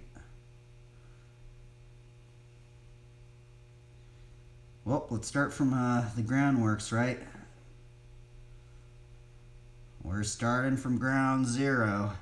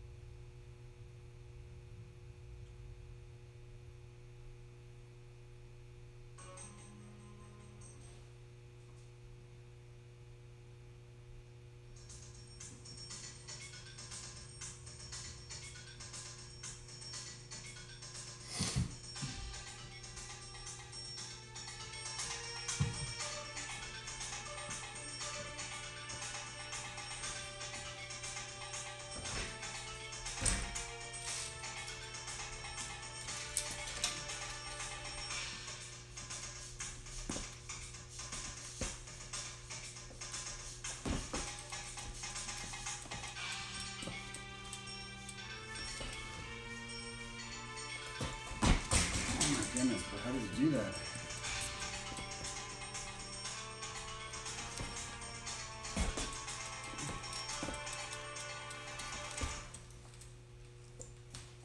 Oh my god, I almost flipped backwards. That was crazy.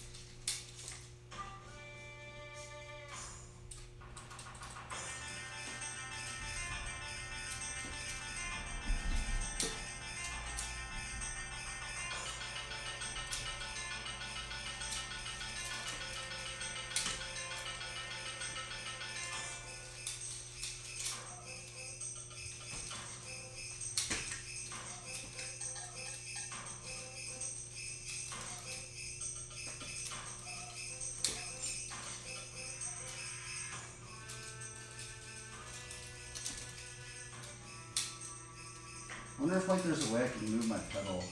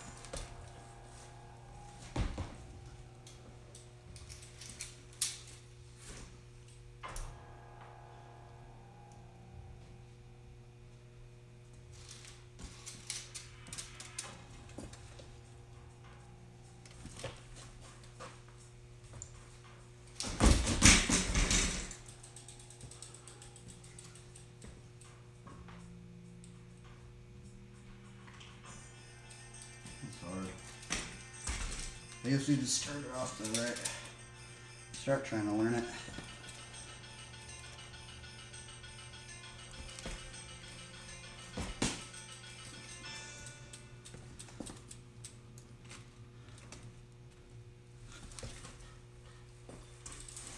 Ow. Hit my shin.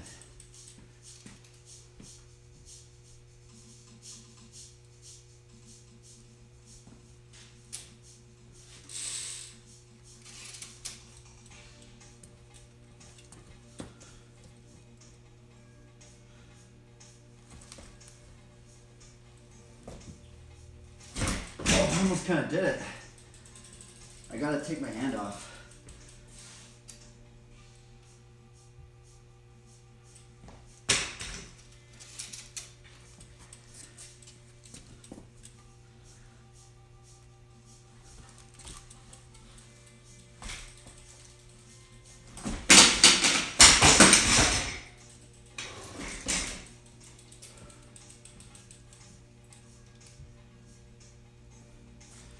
I didn't do that so easy.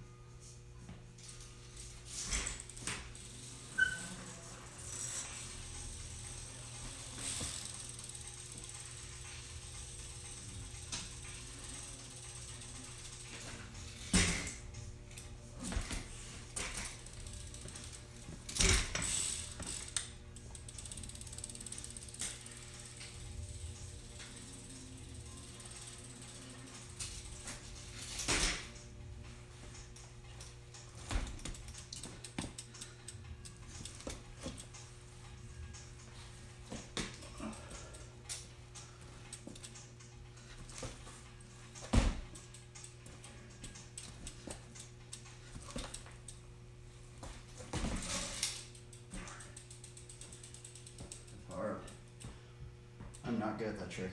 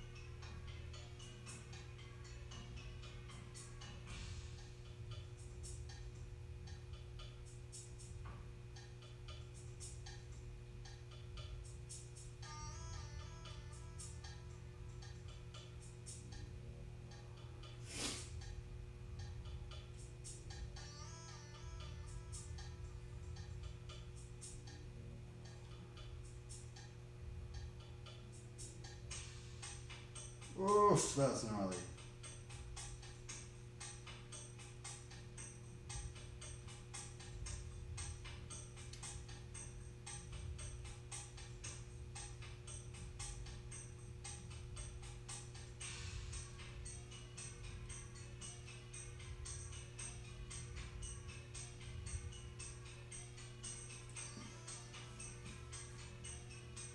What the heck?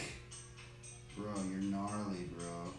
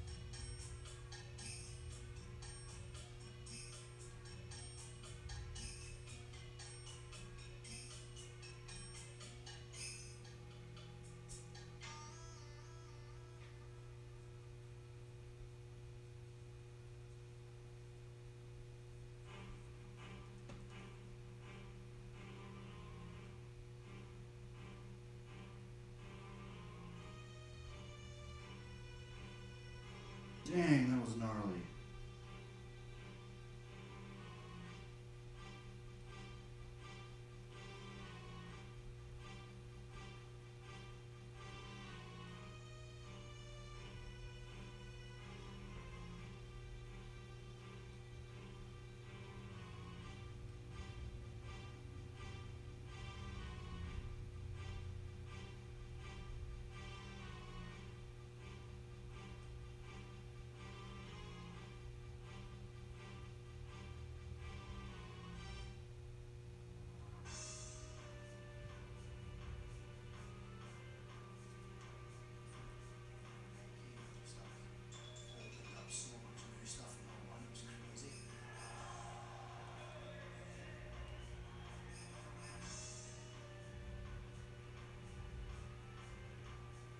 Bro, oh my god, that was crazy.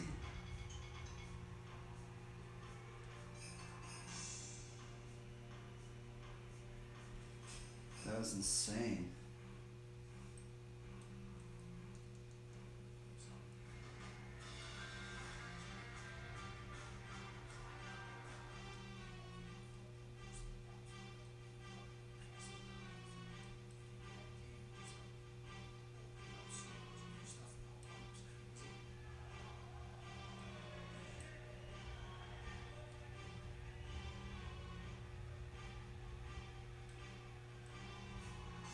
That was insane.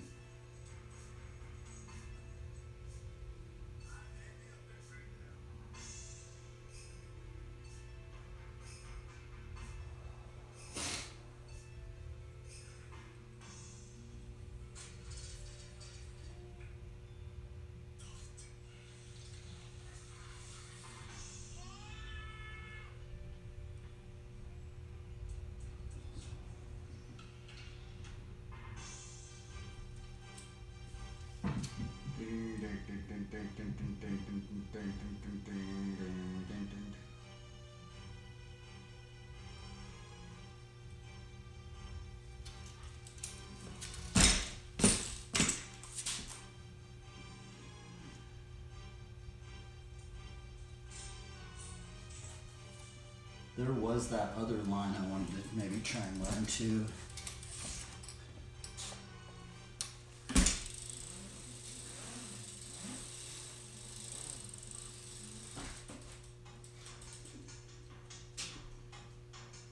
So I actually have to stop my tire.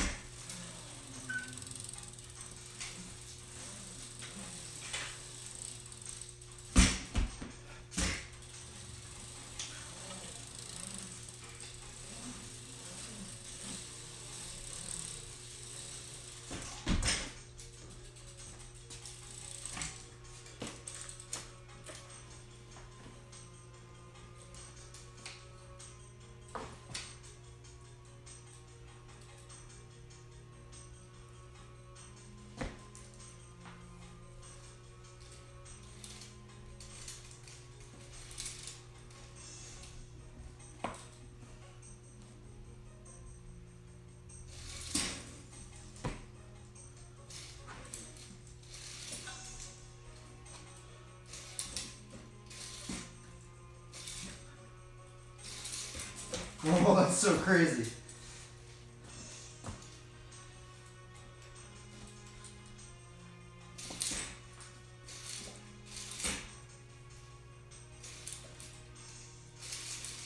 Whoa, that was being gnarly.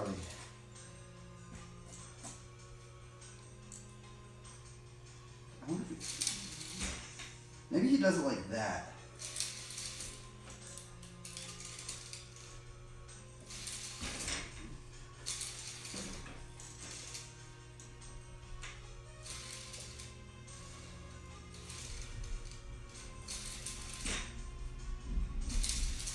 Aye. That's gnarly, bro.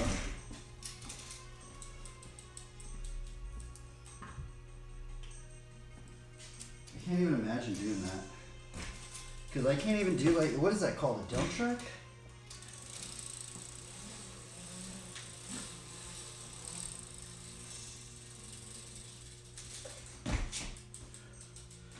Huh. Ow. Bro, that is a weird trick. But you really got to be on point.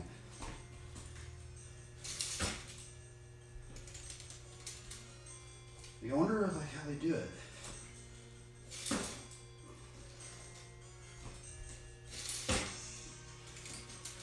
Huh. Dude, you gotta like master a dump truck to do that one. I think it's called a dump truck.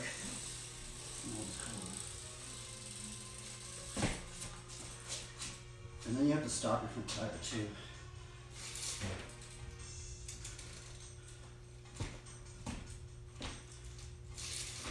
Oh, yeah. That's really hard, actually.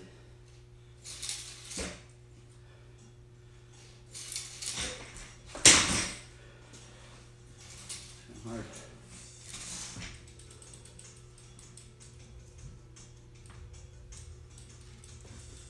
Do you guys know how to do that one? I don't even know what that one's called.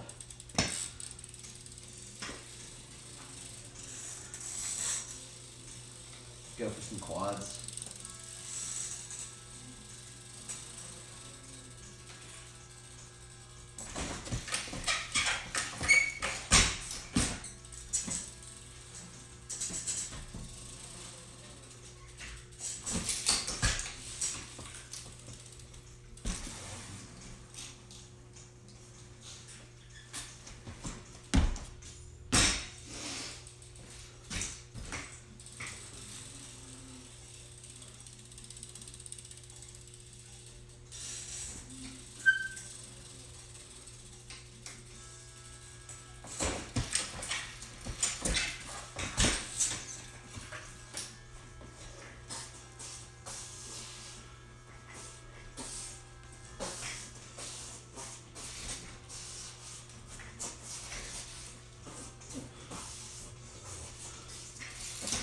No!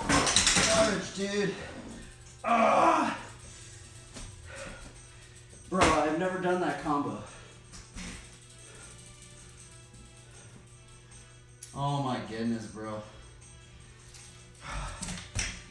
That was so close. At least I was close, right? Never done that one.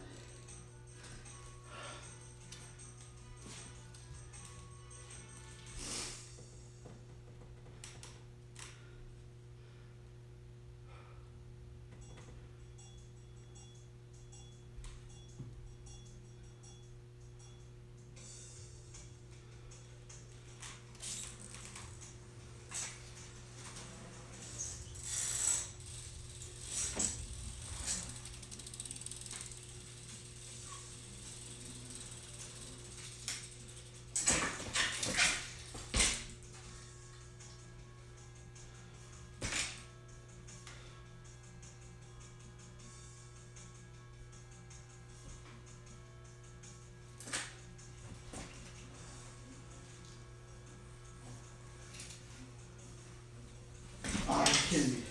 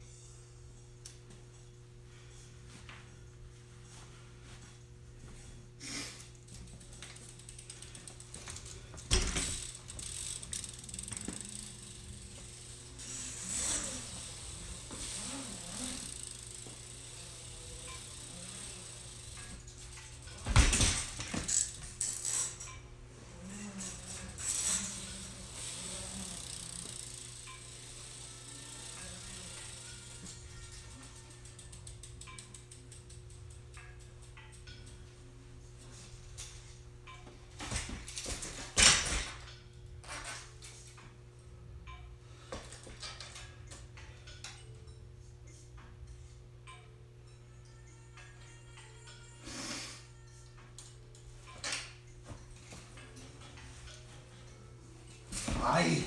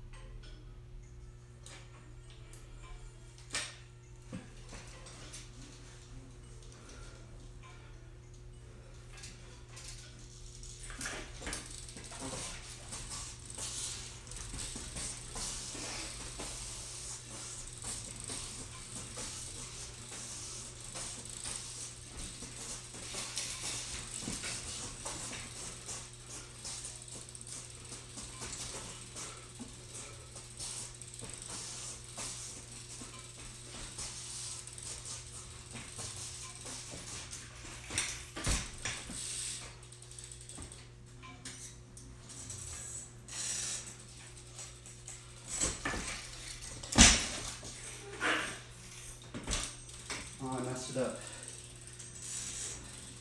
That's not what I was going for.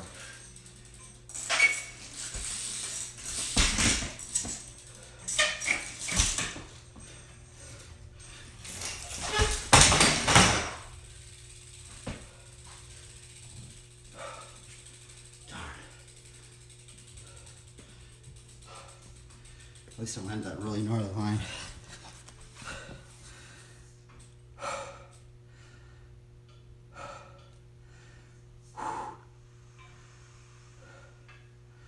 Yes. I'm happy with that one. That, just the hanging 5 to fire hydrant, track stand no-hander, swivel, stick B, bar spin no-hander. I'm stoked. Bar spin was kind of sketchy, but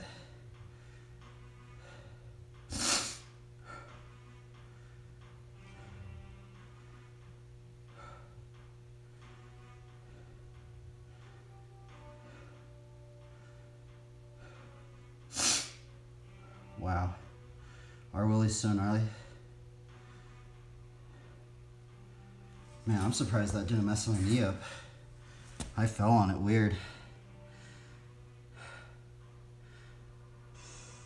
It's probably because of this brace.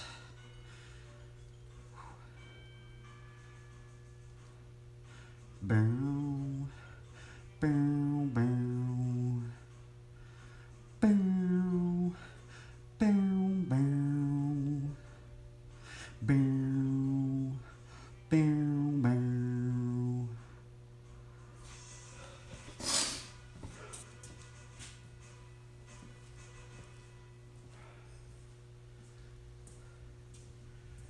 I wish I could just keep riding all. If I could ride all night, I would.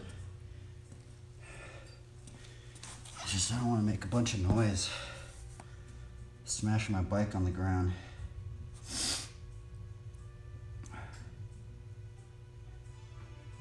Do it earlier.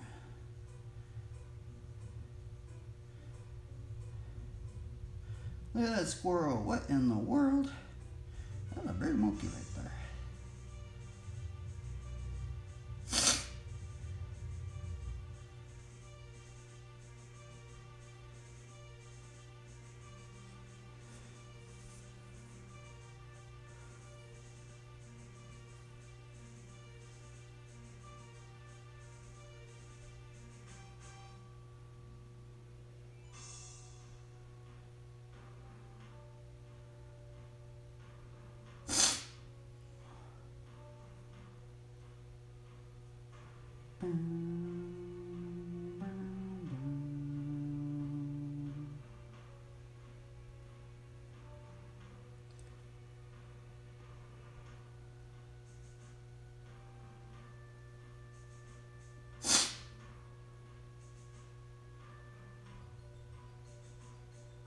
I think we got 3 clips today. Did I screen mark that one? I think I did, right?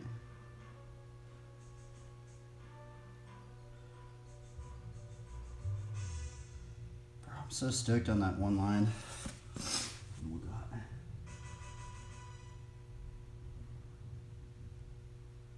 Eep.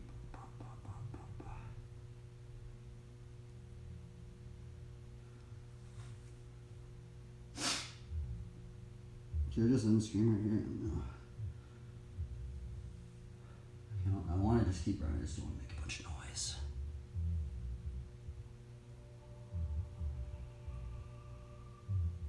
I wonder if that's why. I wonder if that's why those flatlanders have that wood floor. Maybe it makes less noise. Yeah, I should try and maybe get that or something.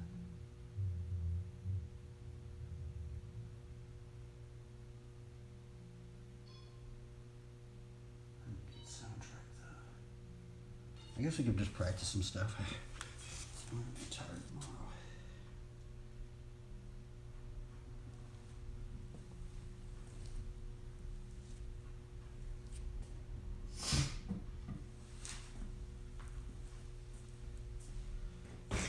Let's just practice our regular refrigerators.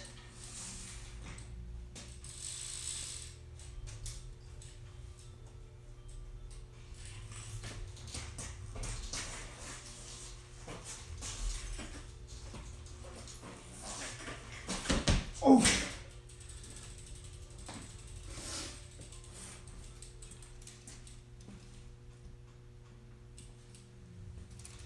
Hey, do you guys know how to do the generator to Stickby? It's such a gnarly combo. I'd love to learn it. So there's this combo where they do a generator like this, right? Like this. And then they bring it up and they do like this bike flip thing. So you start like this, you do the 180 thing like this, and then you jump to this peg and you bring it up like this. That one's such a gnarly maneuver. It's hard, dude. It's weird because when you see them do it, they make it look easy, but like, it's really, really hard. Or maybe they think it's easy. Maybe it is easy if you just learn it, but at this point, where I'm at, it's really, really hard. So they do this, and then they do this. Like, how do you even... It's almost like a half bike flip. You almost have to like half bike flip it around. There's also this one too. I saw someone do this one. So you start off like this. And you do a half bike flip like that. It's freaking hard.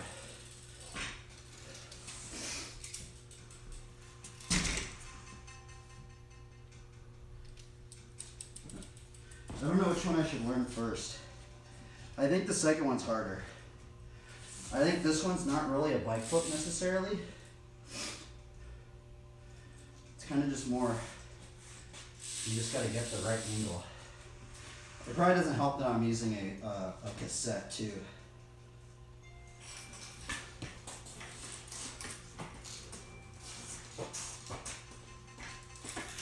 Oh, it's so hard, bro. How do you do that?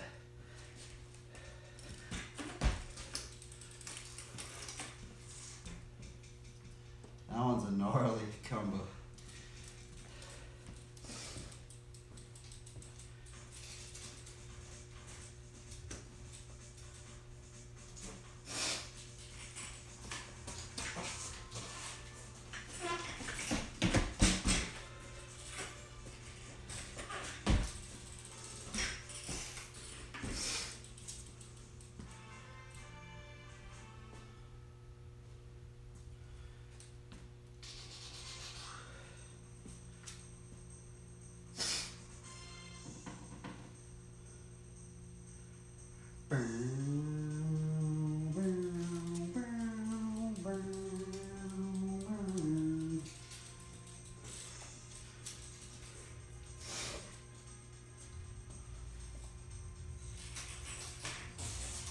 Whoa, oh, oh.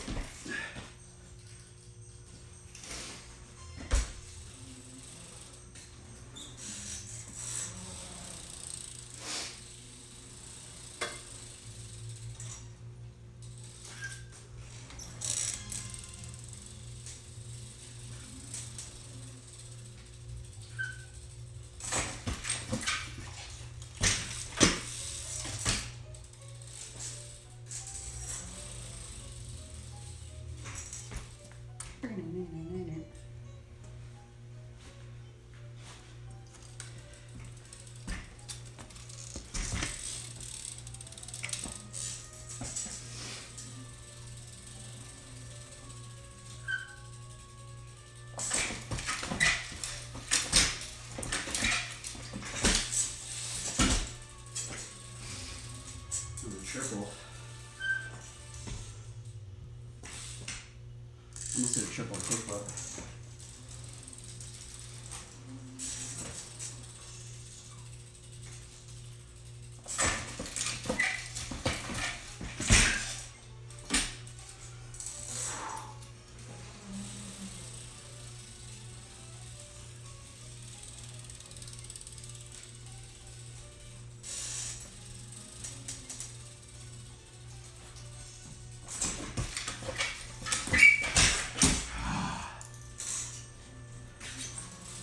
I want to just get a quad, man. It's hard. I've been trying all day for a quad. Those things are rare, dude. It's like getting a rare Pokemon or something. It's like finding a rare item.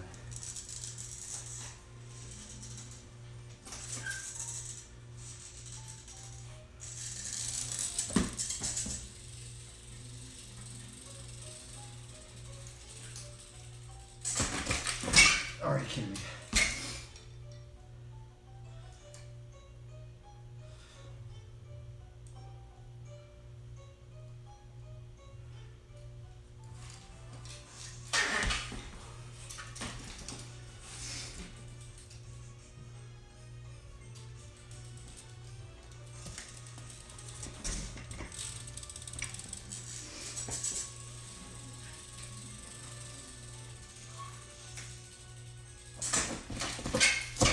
Oh my God. My shoe slipped off.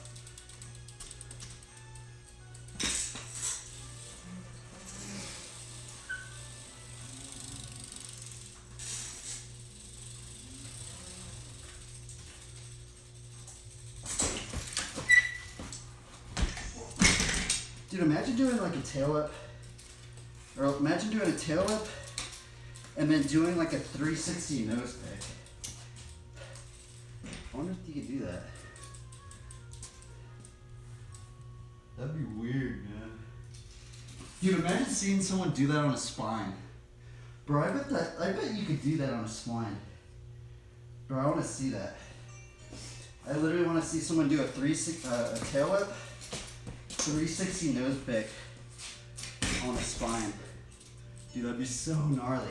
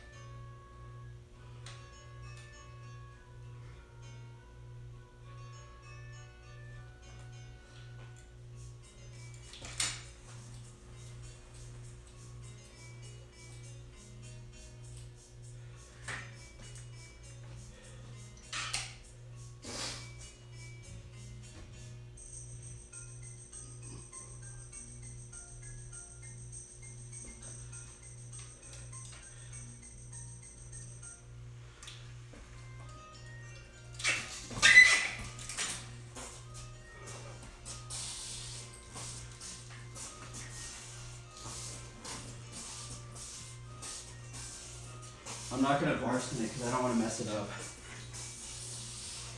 I'm just going to do this as long as I can.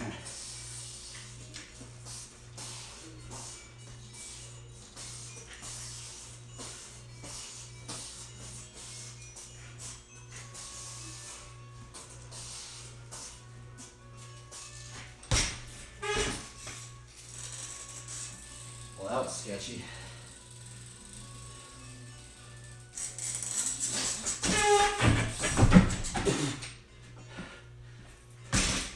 Bracelet.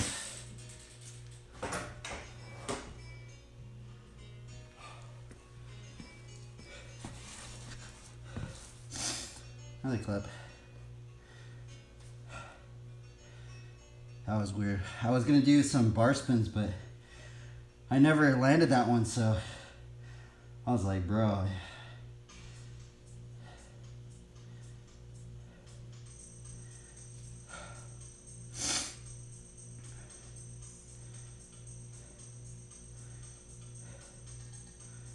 Yep.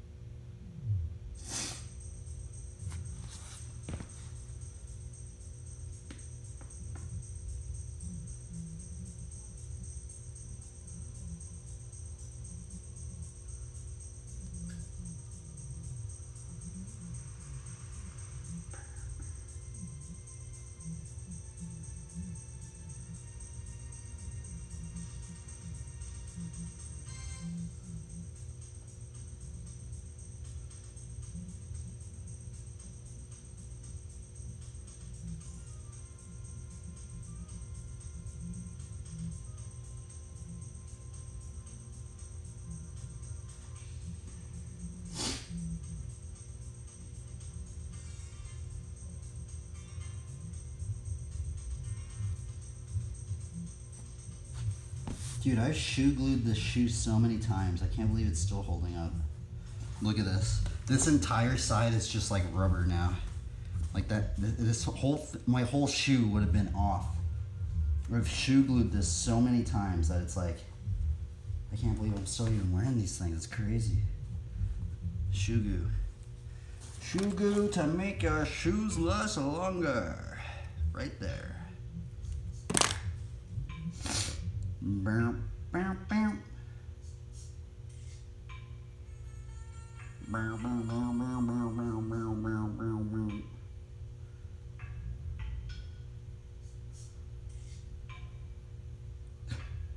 This soundtrack's awesome, man.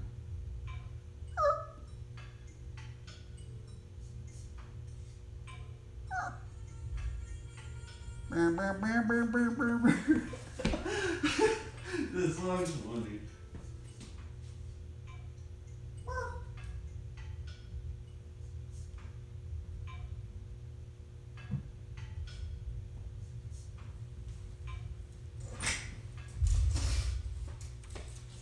Let's practice some funky chicken tails.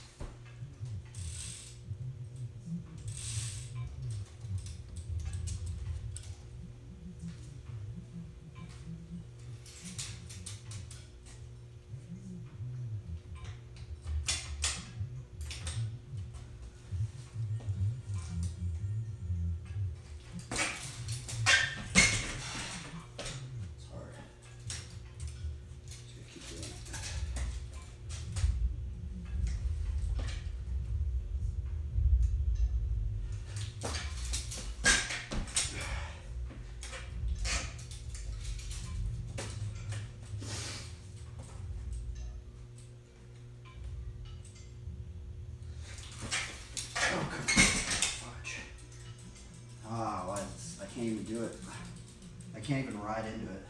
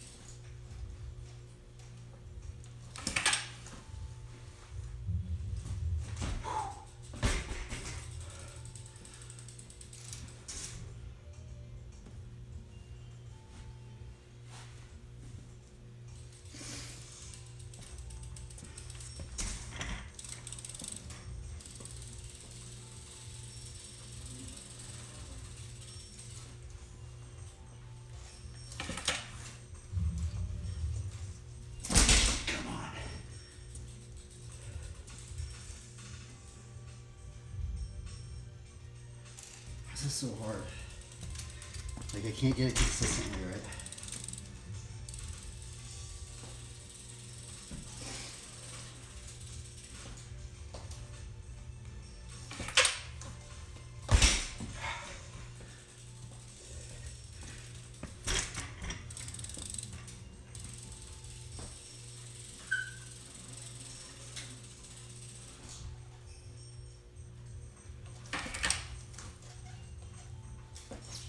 Come on, bro.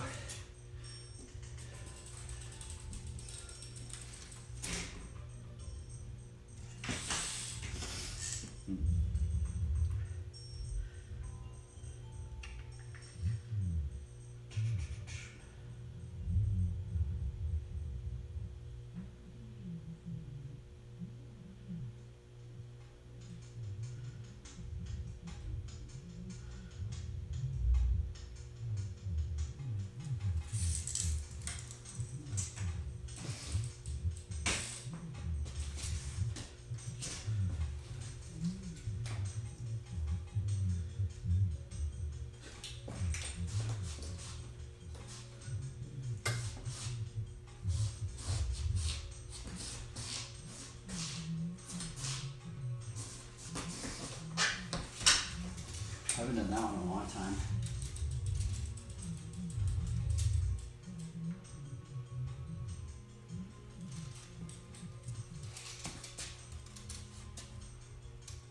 That sounds crunchy.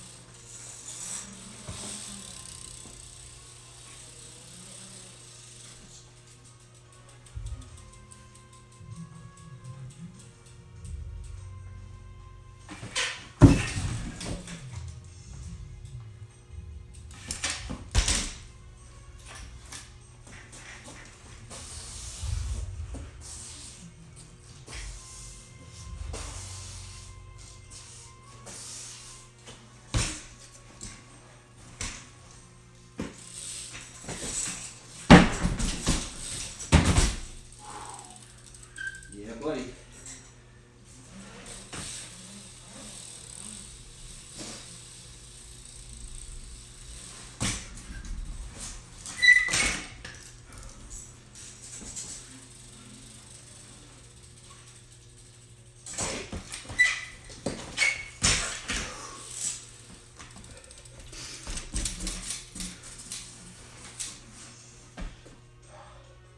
They've been going away. Land another line. I've never landed that one before.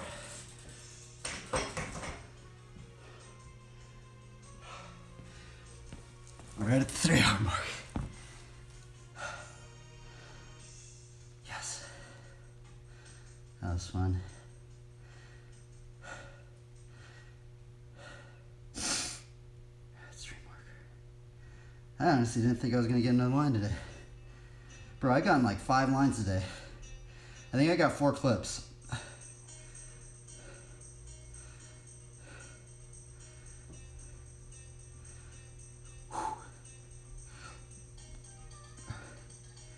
Do-do-do-do-do-do.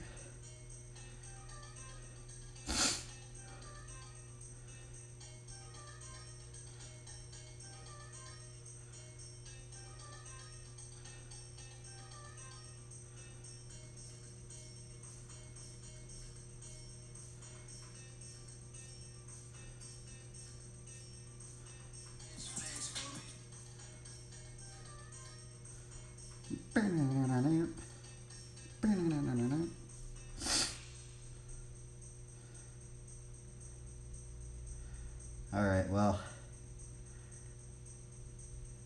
We've hit the 3-hour mark. Travelers, it is time to eat. I hope I tried to give the Lord some glory today. You know, it's weird to think about trying to work heartily for the Lord, right? Like, imagine just the Lord watching you, huh? Like, he would probably want, like, I think he would want the best of the best, right? But I also think that he kind of knows how much you're trying, right? So, let's see here.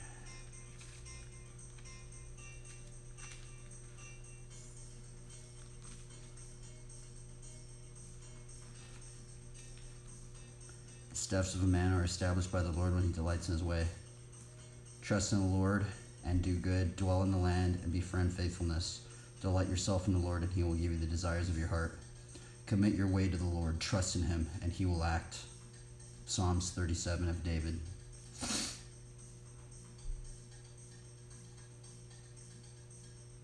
All praise be to the Most High. Let us remember Matthew 5:14 through 16. Let our light shine before men. So let us continue to shine, all you guys out there, all you guys. Even you guys that are, you know, streaming your devotional stuff, you guys don't get many views and stuff. I see it as well. You know, like, I hope you guys don't get demotivated.